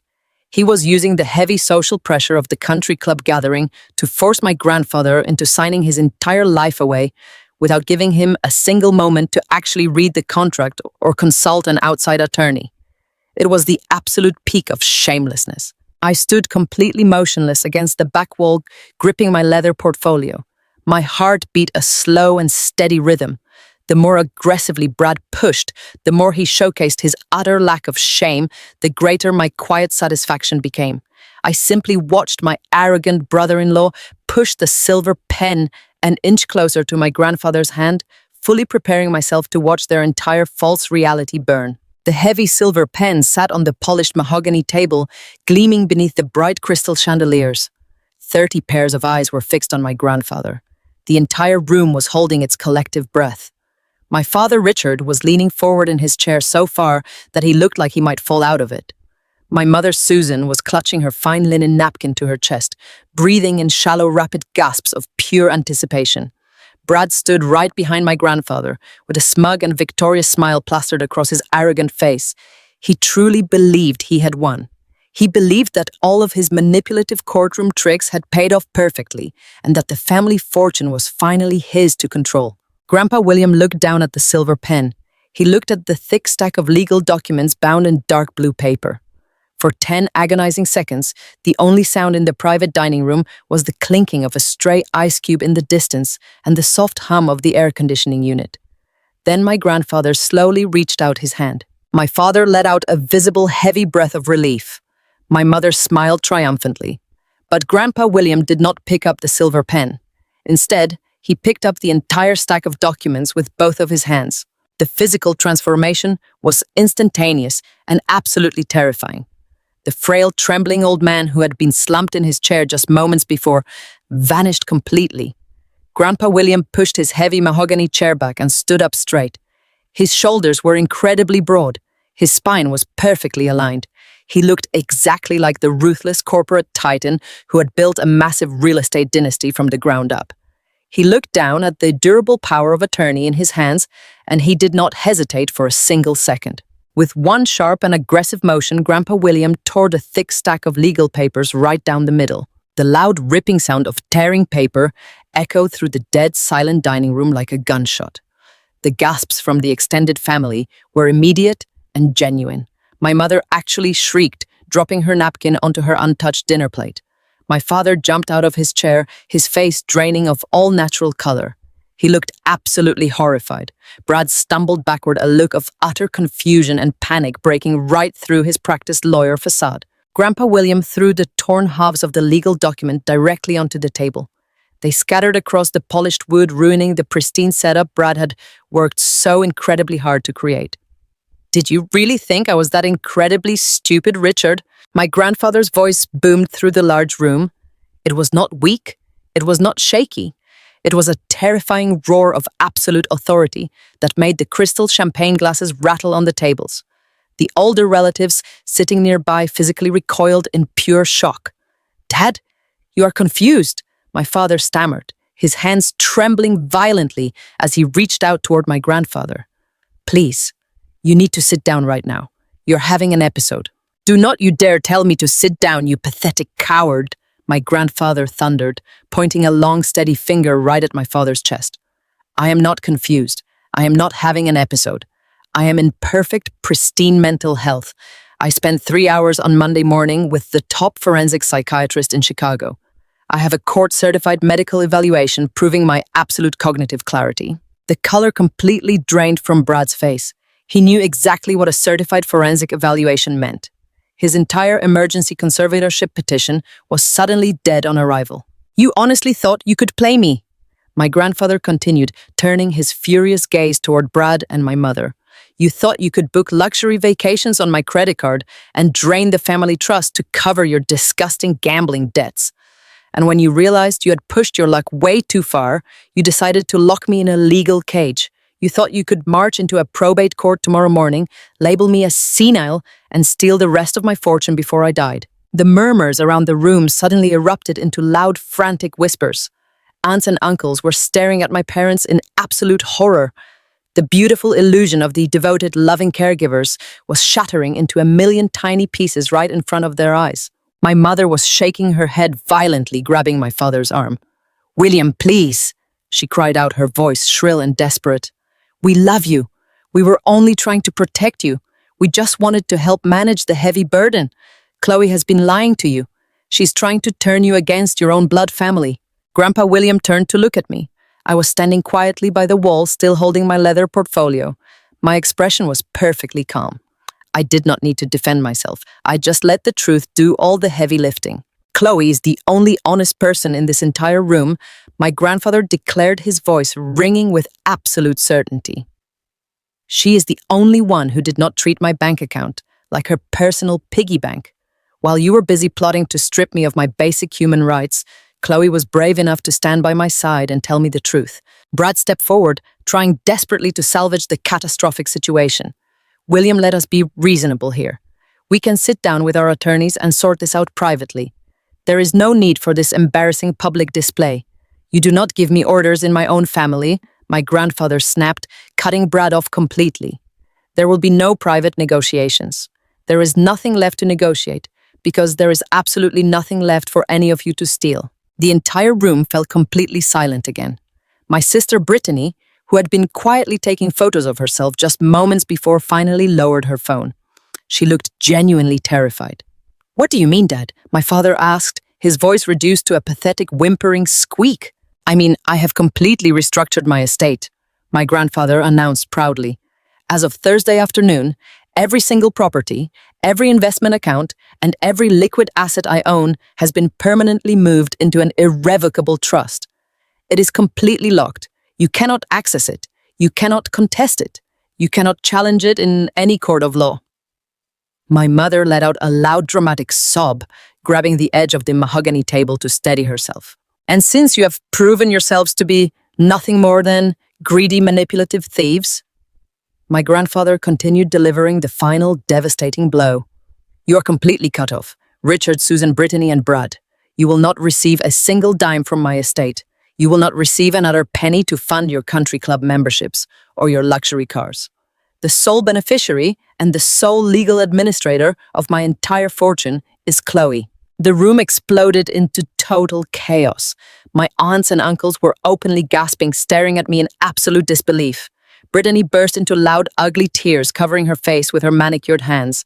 My father collapsed back into his chair, looking like a man who had just been handed a literal death sentence.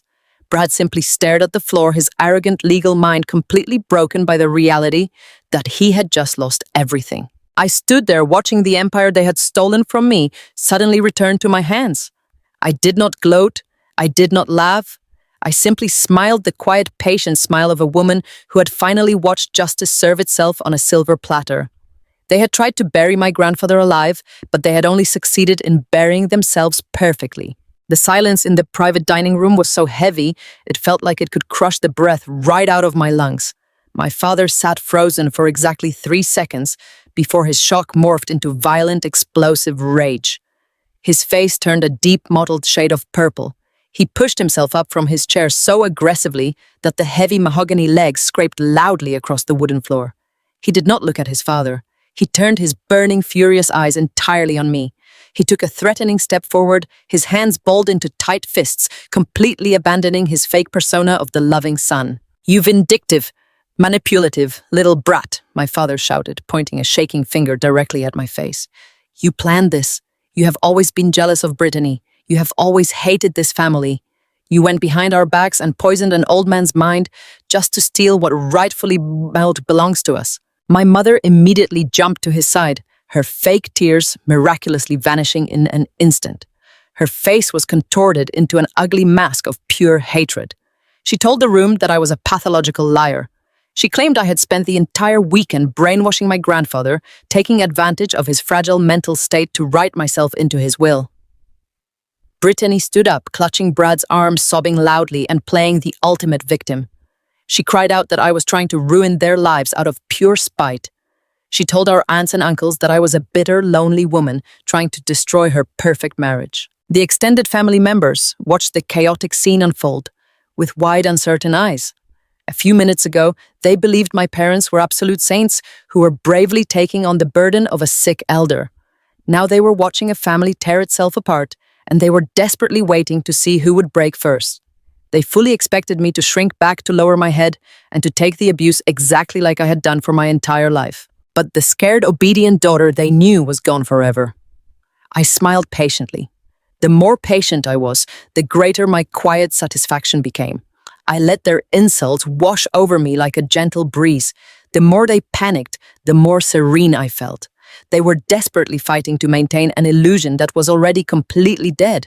I stepped away from the wall. My movements were slow, deliberate, and perfectly calm. I walked straight up to the massive dining table. I did not raise my voice. I did not shed a single tear. I simply looked at my father and felt a deep, powerful sense of absolute clarity. I am not the one who needs to steal, I said evenly. My voice carried across the silent room, ringing with undeniable truth. I placed the thick leather portfolio I had been holding onto the polished wood. I unzipped the top and pulled out the massive stack of documents I had photographed in my father's hidden floor safe and officially printed on crisp white paper. I slammed the first stack of papers onto the table. They spread out beautifully under the crystal chandelier light. These are the official bank statements from Grandpa William's generation, Skipping Trust, I announced, looking directly at my mother. The same trust you were legally barred from touching. And right next to them are the forged authorization forms. Anyone in this room can come and look at them. You can see exactly how my mother spent the last 14 months expertly forging my grandfather's signature to bypass the bank security measures. My mother's jaw dropped open. The color completely drained from her face, leaving her looking like a terrified ghost. She reached out as if to snatch the papers away, but she was entirely frozen by fear. The aunts and uncles leaned in closer, their eyes glued to the papers scattered across the mahogany table. I pulled out the next stack of documents and tossed them right in front of Brad. These are the wire transfer receipts. I continued, my voice steady and completely relentless. Over $400,000 moved directly from the family trust into Brad's personal checking account over the last 6 months. Brad physically recoiled, his smug arrogance shattering into absolute panic. He tried to open his mouth to offer some slick legal defense, but no words came out. He just stared at the undeniable proof of his own massive fraud. His expensive gray suit suddenly looked like a prison uniform. And why did Brad need $400,000? I asked the room, turning to look at my extended family. I pulled out the final stack of papers and dropped them onto the table. Because Brad and Brittany are not wealthy, they are completely broke. These are the demand letters from 3 different online casinos.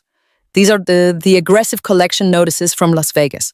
Brad has a massive gambling addiction.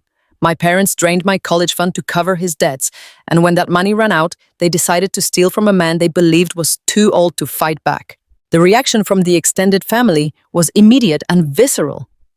Aunt Margaret covered her mouth with both hands, letting out a sharp gasp of pure disgust. Uncle David, who had always respected my father's business acumen, shook his head in absolute revulsion. The entire room began to buzz with shocked, angry whispers. The undeniable truth was sitting right there on the table in black and white. "You are not successful business people," I said, looking right into my father's panicked eyes. "You are just thieves wearing expensive clothes. You funded your country club memberships, your luxury cars, and your perfect social image using money you stole from an elderly man. And when you realized Grandpa William might actually audit his own accounts, you hatched a sickening plan to declare him legally incompetent. You were going to lock him in a conservatorship and strip him of his basic human rights just to hide your own crimes." My father looked around the room, desperately searching for a single sympathetic face. He found absolutely none. The wealthy facade he had spent his entire life building was officially destroyed. The relatives who had admired him just 20 minutes ago were now looking at him like he was a dangerous criminal. Brittany sank down into her chair, her face buried in her hands, realizing that her fake life of luxury was completely over.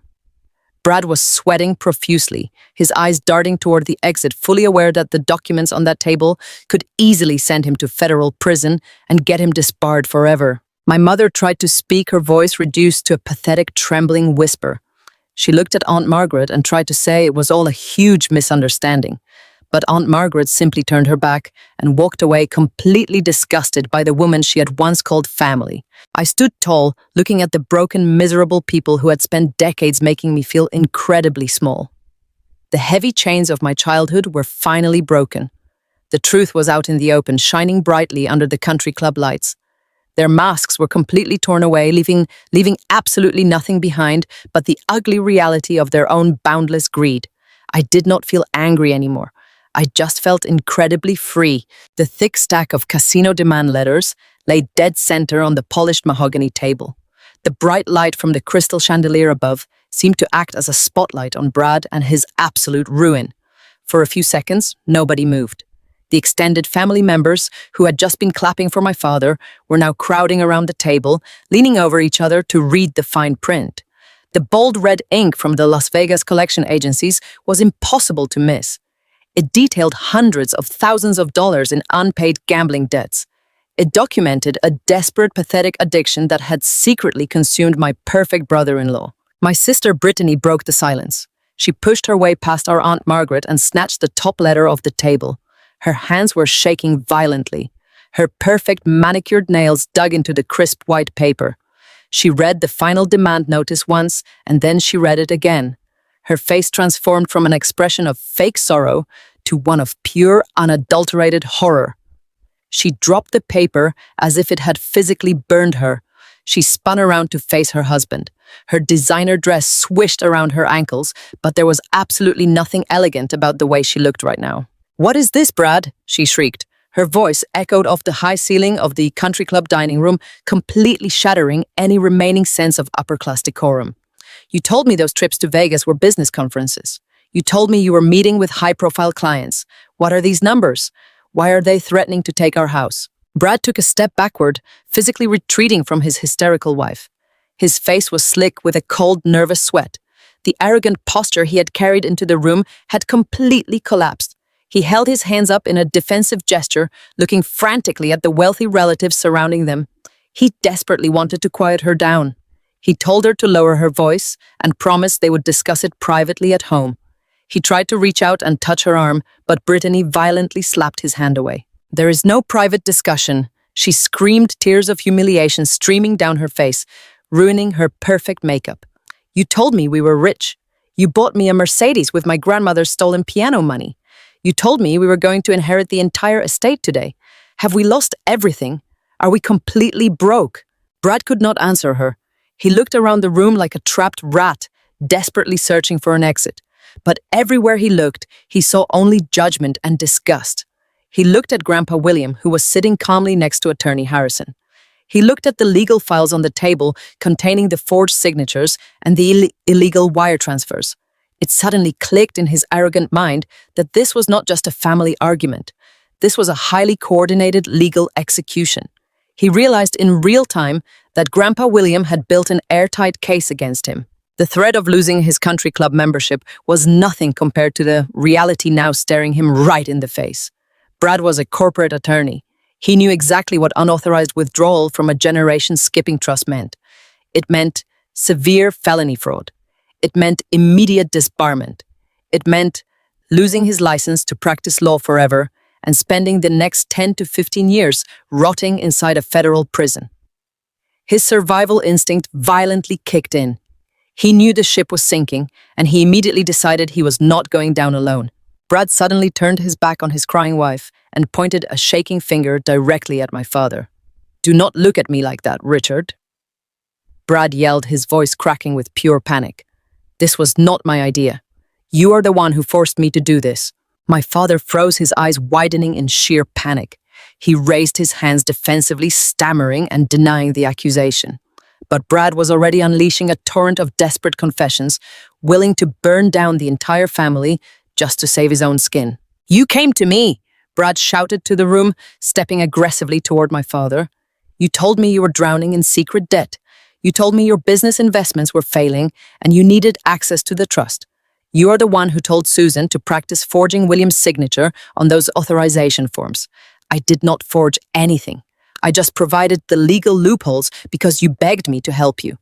You promised me that if I drafted the conservatorship petition and helped you declare your own father incompetent, you would clear my gambling debts as a reward. You orchestrated this entire sickening scheme, Richard." My mother let out an ear-piercing scream. She lunged forward, placing herself firmly between my father and Brad. "You ungrateful, parasitic monster!" Susan shrieked, her face twisted into a mask of pure rage. "We invited you into this family. We gave you our beautiful daughter. We drained Chloe's college fund just to keep loan sharks away from your front door. We sacrificed everything to protect your pathetic reputation, and this is how you repay us. You blame us for your own disgusting addictions." Brad laughed a cruel and terrifying sound. "You did not protect me, Susan," he fired back, matching her volume. "You protected yourselves. You were terrified that your wealthy country club friends would find out your golden son-in-law was a degenerate gambler. You were perfectly happy to steal your father-in-law's money as long as it kept up your perfect little illusion of high society wealth. Do not you dare pretend you are innocent. You signed those wire transfers. Your fingerprints are all over this fraud." The private dining room had descended into absolute madness. The perfectly curated gathering of elite relatives had transformed into a vicious, trashy screaming match. My father was yelling at Brad, calling him a failure and a thief. Brad was screaming back, detailing exactly how my parents had planned to lock my grandfather away in a nursing home. Brittany was sitting on the floor sobbing hysterically about losing her luxury cars and her perfect life. I stood quietly near the heavy wooden doors watching the beautiful destruction unfold. I did not need to say another word. I did not need to present another piece of evidence. The criminal alliance they had formed in the shadows was completely crumbling right in front of my eyes. They had spent years united in their abuse and neglect of me, but the second the consequences arrived, they immediately tore each other to pieces. The loyalty of thieves only lasts until the money runs out. I watched my mother shove Brad and I watched my father frantically try to explain himself to his disgusted siblings. I felt a deep, profound peace settle over my entire soul. The trap had sprung with absolute perfection, and they were doing the hard work of destroying each other entirely on their own. The chaotic screaming match between my parents and my brother-in-law was reaching a fever pitch when a single sharp sound cut through the heavy air of the country club dining room. It was the sound of a heavy leather briefcase snapping shut. The sharp metallic click was not loud, but it carried an undeniable weight that instantly froze the room. My mother stopped mid-sentence, her mouth still hanging open. My father turned his flushed, sweating face toward the sound. Brad took a nervous step backward, bumping into a mahogany chair. Attorney Harrison stepped forward from the shadows near the grand double doors. He had been standing there quietly observing the absolute destruction of their criminal alliance with the cold, calculating eyes of a seasoned predator. He did not look amused. He looked entirely merciless. He walked slowly toward the center of the room, adjusting the cuffs of his pristine, custom-tailored suit. The extended family members parted ways for him, instinctively stepping back as if they could physically feel the sheer power radiating from him. My father tried to straighten his posture, attempting to salvage some tiny shred of his shattered dignity. He opened his mouth to offer another pathetic excuse, but Attorney Harrison simply raised one hand. It was a subtle gesture, but it carried so much absolute authority that my father immediately snapped his mouth shut. "We are not quite finished here," Attorney Harrison said. His deep baritone voice was smooth and perfectly measured. "The issue of William Henderson's estate has been permanently settled, but there is a secondary matter of severe financial misconduct that must be addressed immediately. And this specific matter does not concern my client, William. It concerns his granddaughter, Chloe." My mother let out a small, terrified gasp. She looked at me and then back at the towering lawyer. Attorney Harrison reached into his suit jacket and pulled out a single, neatly folded sheet of heavy ivory paper. He held it up for my parents to see. He did not hand it to them. He simply held it suspended in the air like an executioner holding a warrant. For the past 5 years, Attorney Harrison began looking directly into my father's panicked eyes. Chloe has lived under the assumption that the educational trust fund set up by her late grandmother was completely depleted. She was told by you, Richard, and by you, Susan, that the market had crashed, that investments had failed, and that her money was simply gone. She was forced to abandon her dreams to work grueling double shifts and to sacrifice her own future because she believed her family was suffering a terrible financial hardship. The room was so quiet, I could hear the crystal pendants on the chandelier softly clinking together. My aunts and uncles were staring at my parents with absolute disgust, but the market did not crash. Attorney Harrison continued, his voice dropping to a terrifying, icy whisper. The investments did not fail. We have spent the last 48 hours conducting a rigorous forensic audit of every single account associated with this family. We traced every penny. We know exactly where the money went. He slowly lowered the paper and fixed his intense gray eyes on my mother.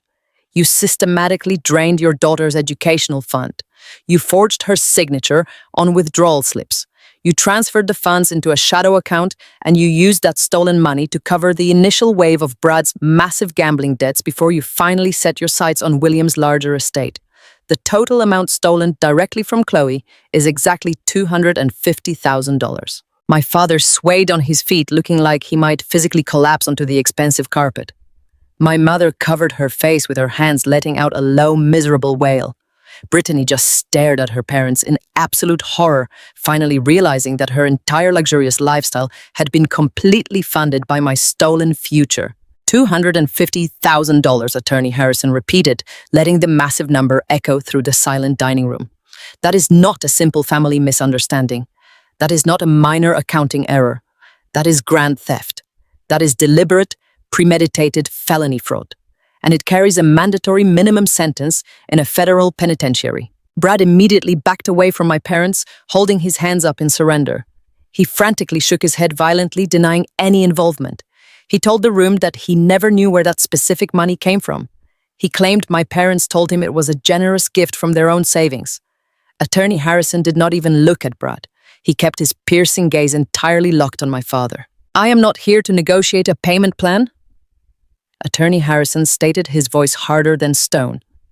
I am here to deliver a formal legal ultimatum on behalf of my client. You have exactly 30 days. You have 30 days to return the stolen $250,000 in full directly into an account controlled solely by Chloe. My father dropped to his knees, his hands gripping the edge of the mahogany table. Arthur, please, he begged, tears finally spilling down his red face. We do not have that kind of liquid cash. We cannot generate $250,000 in a month. You are asking for the impossible. We will lose the house. We will lose everything we own. Then you better start packing your boxes today, Attorney Harrison replied, without a single ounce of pity. Because if that money is not wired into Chloe's account by the close of business on the 30th day, I will personally hand over the entire forensic audit, the forged signature documents, and the illegal wire transfer receipts directly to the district attorney. I will ensure that the Financial Crimes Division opens a full criminal investigation. You will not just lose your home, Richard. You will lose your freedom. You will be arrested, indicted, and prosecuted to the absolute fullest extent of the law. My mother fell to the floor beside my father, grabbing his arm and weeping uncontrollably. She looked up at me, her makeup running down her face in dark, ugly streaks. Chloe, please, she cried out, her voice breaking into a pathetic sob. Please, do not let him do this to us. We are your parents. We gave you life. You cannot send your own mother and father to prison. Please tell him to give us more time. Tell him to drop this. I stood perfectly still, watching the two people who had tormented, manipulated, and discarded me beg for their lives. I felt absolutely no guilt. I felt no obligation to save them. They had never once hesitated to destroy my life to save themselves. I looked down at my mother, taking in her ruined designer dress and her desperate, weeping face. I did not raise my voice, but I made sure my words carried through the entire room. You told me to take responsibility for my own life, I said, my voice perfectly calm and completely void of any emotion. Now it is time for you to take responsibility for yours. You have 30 days. Attorney Harrison snapped his briefcase shut with a final resounding click. He turned his back on my weeping parents and gestured toward the double doors, indicating that our business here was officially concluded. I turned and walked toward the exit, the heavy wooden door swinging open to reveal the bright afternoon sunlight. I walked out of that country club, leaving behind the ashes of their fake empire, completely ready to begin the rest of my beautiful, peaceful life. The 30 days Attorney Harrison gave my parents felt like a rapidly ticking clock for them. But for me, it was the most peaceful month of my life. I had moved back to Chicago to stay with my grandfather while we finalized the details of the irrevocable trust. Attorney Harrison made it clear that if the $250,000 stolen from my educational fund was not returned by the 30th day, he would hand every piece of forensic evidence over to the police. My parents were completely cornered. They had spent my college money to cover the gambling debts of their son-in-law and spent their savings trying to keep up the appearance of wealth. They had no liquid cash available to pay me back, and the reality of a federal felony fraud charge was staring them right in the face. At first, my mother tried to reach out to her country club circle. She called the wealthy women she had hosted at lavish dinner parties, begging for a loan. She tried to frame it as a minor cash flow problem, but high society gossip travels fast. Everyone at the country club already knew exactly what had happened in the private dining room. They knew my parents were thieves who had plotted to declare their own patriarch mentally incompetent. The social rejection was immediate and brutal. Their phone calls went straight to voicemail, and their invitations to charity galas were revoked. The wealthy friends they had tried to impress completely abandoned them. My parents quickly realized that their entire social standing had been a complete illusion. With no friends to bail them out, and the threat of a prison sentence hanging over their heads, my parents were forced to put their sprawling mansion on the market immediately. Because they needed the cash to meet the deadline, they could not wait for a fair market offer. They were forced to sell the pristine house at a massive loss, accepting a lowball cash offer from a real estate developer just to get the funds in time. The humiliation of moving day was something they could never hide. The neighbors stood on their manicured lawns and openly stared as movers carried out boxes of my parents' belongings. Right after the house was sold, my father had to drive his luxury Porsche to a used car dealership. He handed over the keys to the sports car he used to proudly display in the driveway and walked away with a check that barely covered the remaining balance of what they owed me. On the 29th day, the full amount of $250,000 was wired directly into a secure account managed by Attorney Harrison.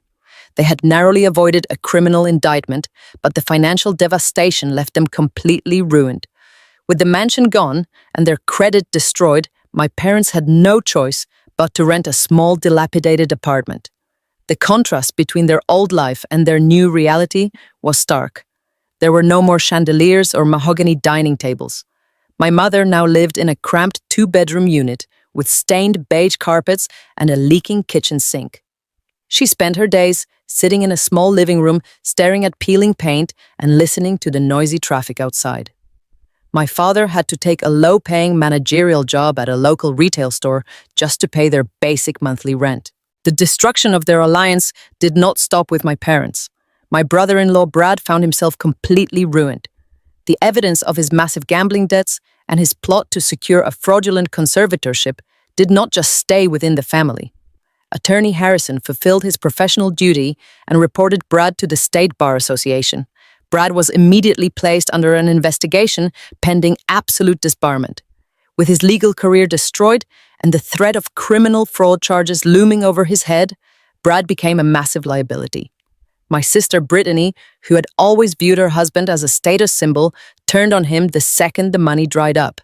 She filed for a divorce. She blamed Brad for the entire disaster, claiming she was an innocent victim who had been manipulated by his lies. But throwing her husband to the wolves did not save her own lifestyle. Because Brad was completely broke and drowning in debt, there was absolutely no money for Brittany to take in the divorce. The golden child, who had spent her entire adult life taking expensive vacations and bragging about her elite status, suddenly had zero income and no professional skills to fall back on. She was forced to move out of her beautiful suburban home and find a way to support herself for the first time in her life. Brittany eventually had to take a job as a sales clerk at a high-end department store downtown. It was the exact same store where she used to spend thousands of dollars shopping for designer handbags. Now, instead of being treated like a valued customer, she had to stand on her feet all day folding clothes and serving the very same wealthy women she used to view as her peers. Every day was a bitter reminder of the incredible privilege she had arrogantly thrown away. I did not feel a single ounce of pity when I heard the news of their downfall. For decades, I had been the family scapegoat, expected to sacrifice my own happiness to maintain their perfect facade. They had called me a useless child and a parasitic drain on the family resources.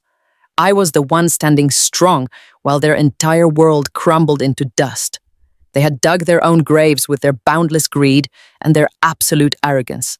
And now they had to live in the miserable reality they had created for themselves. I finally had my entire future back, and it was brighter and much more beautiful than I had ever dared to imagine before. It had been exactly 3 months since the day I threw the bank statements on the mahogany table and watched my parents' entire world collapse. It had been 3 full months of beautiful, absolute quiet. I was sitting on the back porch of my grandfather's house, sipping a cup of hot black tea and watching the morning sunrise over the garden. The air was crisp and cool. For the first time in 28 years, my chest did not feel tight with anxiety. I did not have to worry about paying for Brad's gambling debts or working double shifts just to keep my head above water. My grandfather was safe, resting comfortably inside the house, completely protected by the new irrevocable trust. Everything was finally as it should be. The heavy burden of being the family scapegoat had been lifted from my shoulders permanently. Then my cell phone began to vibrate on the glass patio table. The screen lit up, displaying a number I had not seen since the day of the country club disaster. It was my own mother. A small knot formed in my stomach out of pure habit, but it quickly dissolved. I was not the terrified, obedient daughter anymore. I picked up the phone and pressed answer, bringing the speaker to my ear. I did not say a single word. I just waited. The line was completely silent for a moment before I heard the familiar sound of a dramatic, heavy sigh, followed by a ragged sob. "Chloe." My mother cried, her voice trembling with manufactured grief. "Oh, Chloe, thank God you answered. Please do not hang up on me. We are suffering so much. Your father is working long hours at a hardware store just to pay rent for this awful tiny apartment. My back hurts from the terrible mattress. We have absolutely nothing left. We lost the house. We lost our friends. We lost our dignity. We are eating cheap canned soup for dinner every single night. You have to help us. You have to ask Attorney Harrison to release some of the trust funds for us to survive. We are your family, Chloe. We raised you. We gave you life. You cannot turn your back on your own flesh and blood. You have to forgive us because family bonds are forever." I listened to her desperate, pathetic pleas. I let her words hang in the silent morning air. She did not apologize for draining my college fund. She did not express any remorse for plotting to declare my grandfather mentally incompetent just so she could steal his remaining fortune. She was only sorry that she had been caught. She was only crying because she was now experiencing the exact same poverty she had forced upon me for years. She wanted me to play the role of the good, obedient daughter one last time and save her from the consequences of her own boundless greed. I looked out at the peaceful garden, taking a deep, steady breath. I thought about the years I spent wearing cheap clothes and working until my feet bled while she bought designer handbags with my stolen future. My voice was perfectly calm and completely empty of any sympathy when I finally spoke to the woman who used to terrify me. "Family bond does not allow you to steal from me," I said coldly. "A real mother does not forge her daughter's signature to fund a fake luxury lifestyle. A real mother does not watch her child struggle and starve while she drinks expensive wine at the country club. You made your choices. You chose money over your own child. Now you are living in the reality you built for yourself. Never call me again." I did not wait for her to respond. I did not want to hear another fake apology or another manipulative excuse. I pulled the phone away from my ear and pressed the red button, ending the call instantly. With 3 quick taps on the screen, I blocked her number permanently. I went into my contact list and I blocked my father too. Then I blocked Brittany. I completely erased them from my digital life just as easily as they had tried to erase me from the family legacy. As I set the phone back down on the glass table, a profound wave of relief washed over my entire body. The invisible chains that had tied me to their toxic demands were completely shattered. The heavy fog of guilt they had trained me to carry was gone forever. I was finally breathing truly clean air again. I stood up and walked back inside the warm, bright house. My grandfather was sitting at the kitchen table, reading the morning newspaper and sipping his coffee. He looked up at me with a soft, proud smile. We did not need to say anything. The nightmare was officially over, and we had both survived the storm. Our lives finally belonged entirely to us now. I want to pause right here for a brief moment and ask all of you a very important question. Have you ever been told that you have to forgive terrible treatment just because someone is blood related to you? Have you ever felt the incredible weight of toxic family loyalty dragging you down? Drop a comment below and share your story with me.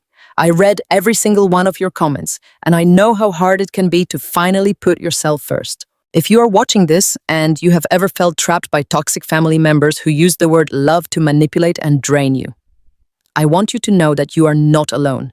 You do not have to set yourself on fire just to keep other people warm. You have every right to walk away and protect your own peace. Setting boundaries is not a betrayal. Setting boundaries is how you survive. Thank you for watching my story today. 6 months have passed since that explosive night at the country club. The crisp autumn air in Chicago feels entirely different now.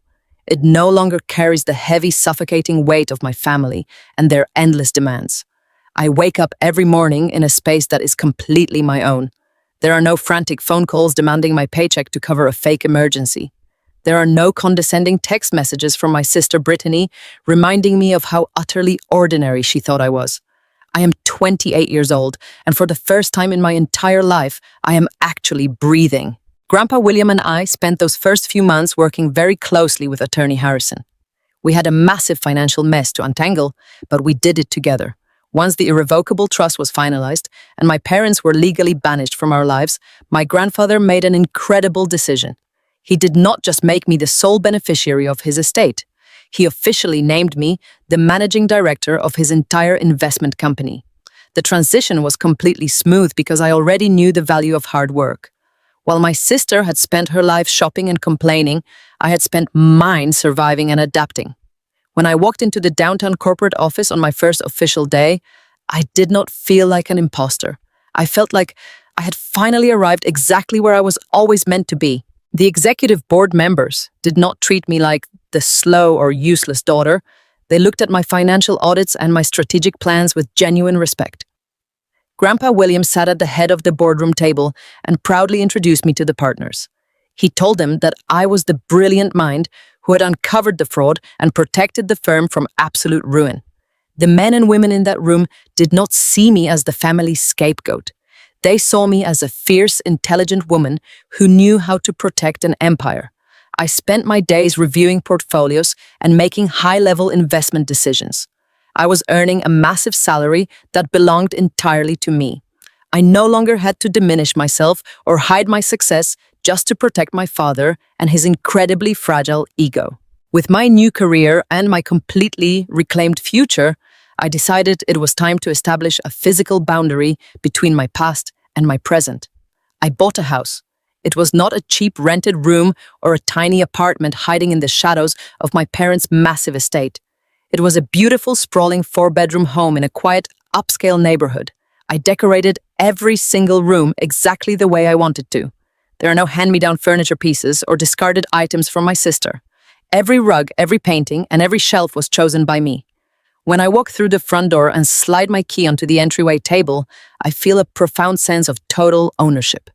This sanctuary represents my absolute liberation.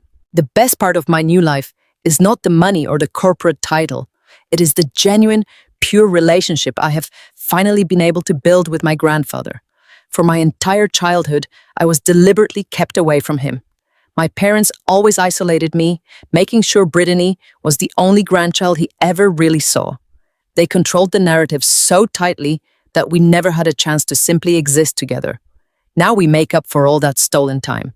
Grandpa William is 78 years old, but with the heavy burden of my parents' toxic greed removed from his life. He looks 10 years younger. We have dinner together 3 times a week. We sit on his back porch and talk about everything from market trends to classic literature. We also travel. We do not take the fake, stressful family vacations that my parents used to organize. I remember the trips where I was forced to stay behind in a cramped hotel room to babysit my cousins or organize the luggage while Brittany and my mother went to the spa. I remember the Hawaii trip where I was completely uninvited in front of 30 guests just so I could serve as free childcare. Those miserable days are permanently over. Last month, Grandpa William and I spent 2 incredible weeks touring the coast of Italy. We drank rich red wine in small cafes in Florence and walked through the ancient historical streets of Rome. We actually looked at each other and laughed freely without carrying the dark, heavy shadow of my parents' lies weighing us down. Nobody was left behind. Nobody was treated like a burden. I was not the unpaid assistant or the emotional punching bag. I was simply a granddaughter enjoying the beautiful world with the man who had ultimately saved my life by trusting my truth.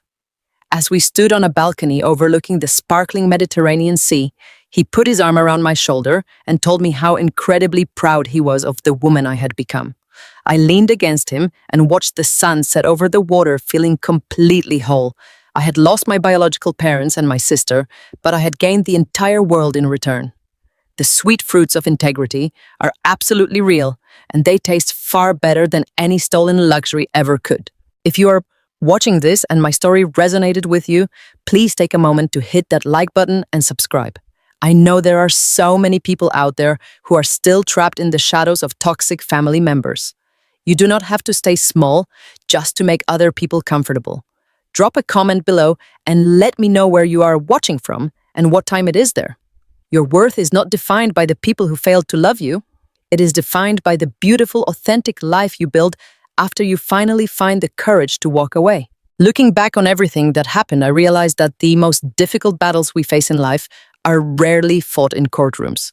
The hardest battles are the ones we fight inside our own minds and against the very people who were supposed to love us unconditionally. For a very long time, I thought that if I was just quiet enough, helpful enough, and patient enough, my family would eventually see my true value. I thought my parents would wake up one day and realize I was a daughter worth loving just as much as my sister Brittany. I wanted to believe the ranking system in our household was just a misunderstanding that could be fixed through my own hard work. But I learned a very hard and painful lesson instead. Greed is a blinding and completely consuming disease. When people are infected by profound greed, it completely rewrites their reality. It destroys their moral compass and robs them of their basic humanity. My parents and my sister did not see my grandfather as a loving patriarch who had worked his entire life to provide a strong foundation for his family. They did not see a wonderful man who deserved respect, dignity, and absolute peace in his golden years. Instead, they looked at him and saw nothing but a bank account that was taking too long to empty. They viewed his long life as a personal inconvenience to their financial desires, and when they looked at me, they did not see a daughter or a sister with dreams and ambitions. They saw an unpaid servant. They saw a convenient scapegoat. They saw a stepping stone. They could walk over to reach the things they truly valued, like luxury cars, country club memberships, and the shallow admiration of strangers. For years, I allowed them to treat me that way because society conditions us to believe that family must be protected and maintained at all costs. We are taught from a very young age that blood is thicker than water and that we must always forgive the people who happen to share our last name. We are pressured to keep the peace, to not rock the boat, and to turn the other cheek, no matter how many times we are struck. But I want to tell you the absolute truth about that kind of blind toxic loyalty. Never allow your patience to become a stepping stone for others to completely exploit you. There is a massive difference between being a good person and being a willing victim. When you continuously offer your endless patience to people who have absolutely no conscience, you are not teaching them to be kind or grateful. You're simply teaching them that they can hurt you without ever facing a single consequence. You teach them that your boundaries are just suggestions that can be ignored whenever it suits their selfish needs. My parents used my deep empathy against me. They weaponized my natural sense of duty and responsibility. They knew I would work myself to the bone to support the family because that is exactly what a good daughter does. But true family is not supposed to be a parasite that slowly drains the life out of you until there is nothing left. True family protects you. True family celebrates you. My grandfather William saw the truth because he was not blinded by entitlement. He taught me that stepping away from toxic people is not an act of malice or revenge. It is an act of basic necessary self-preservation. Many people have asked me if I will ever forgive my parents and my sister for what they tried to do. People often say that holding on to anger is like drinking poison and expecting the other person to get sick. And they are right about that feeling. But there is a very dangerous misconception about what forgiveness actually means in our modern social world. Forgiveness does not mean giving toxic people a free pass to come right back into your life and continue hurting you. It does not mean sitting across from them at a dinner table and pretending they did not try to destroy your future and strip an elderly man of his human rights. Forgiveness simply means that I am no longer letting their terrible choices control my emotional state. I have forgiven them for my own peace of mind because carrying around hatred is incredibly heavy and I refuse to carry their baggage anymore. I forgive them for being broken, greedy people who willingly traded their own souls for a little bit of temporary luxury. But my forgiveness ends at a permanently locked door. I do not wish them physical harm, but I also do not wish them any access to my new life. You can completely forgive someone while deciding that you never want to see their face or hear their voice ever again. Setting that permanent boundary was the most difficult thing I have ever done, but it was the only way I could truly save myself. If you are listening to this right now and you are trapped in a cycle of family abuse or financial exploitation, please listen to my words carefully.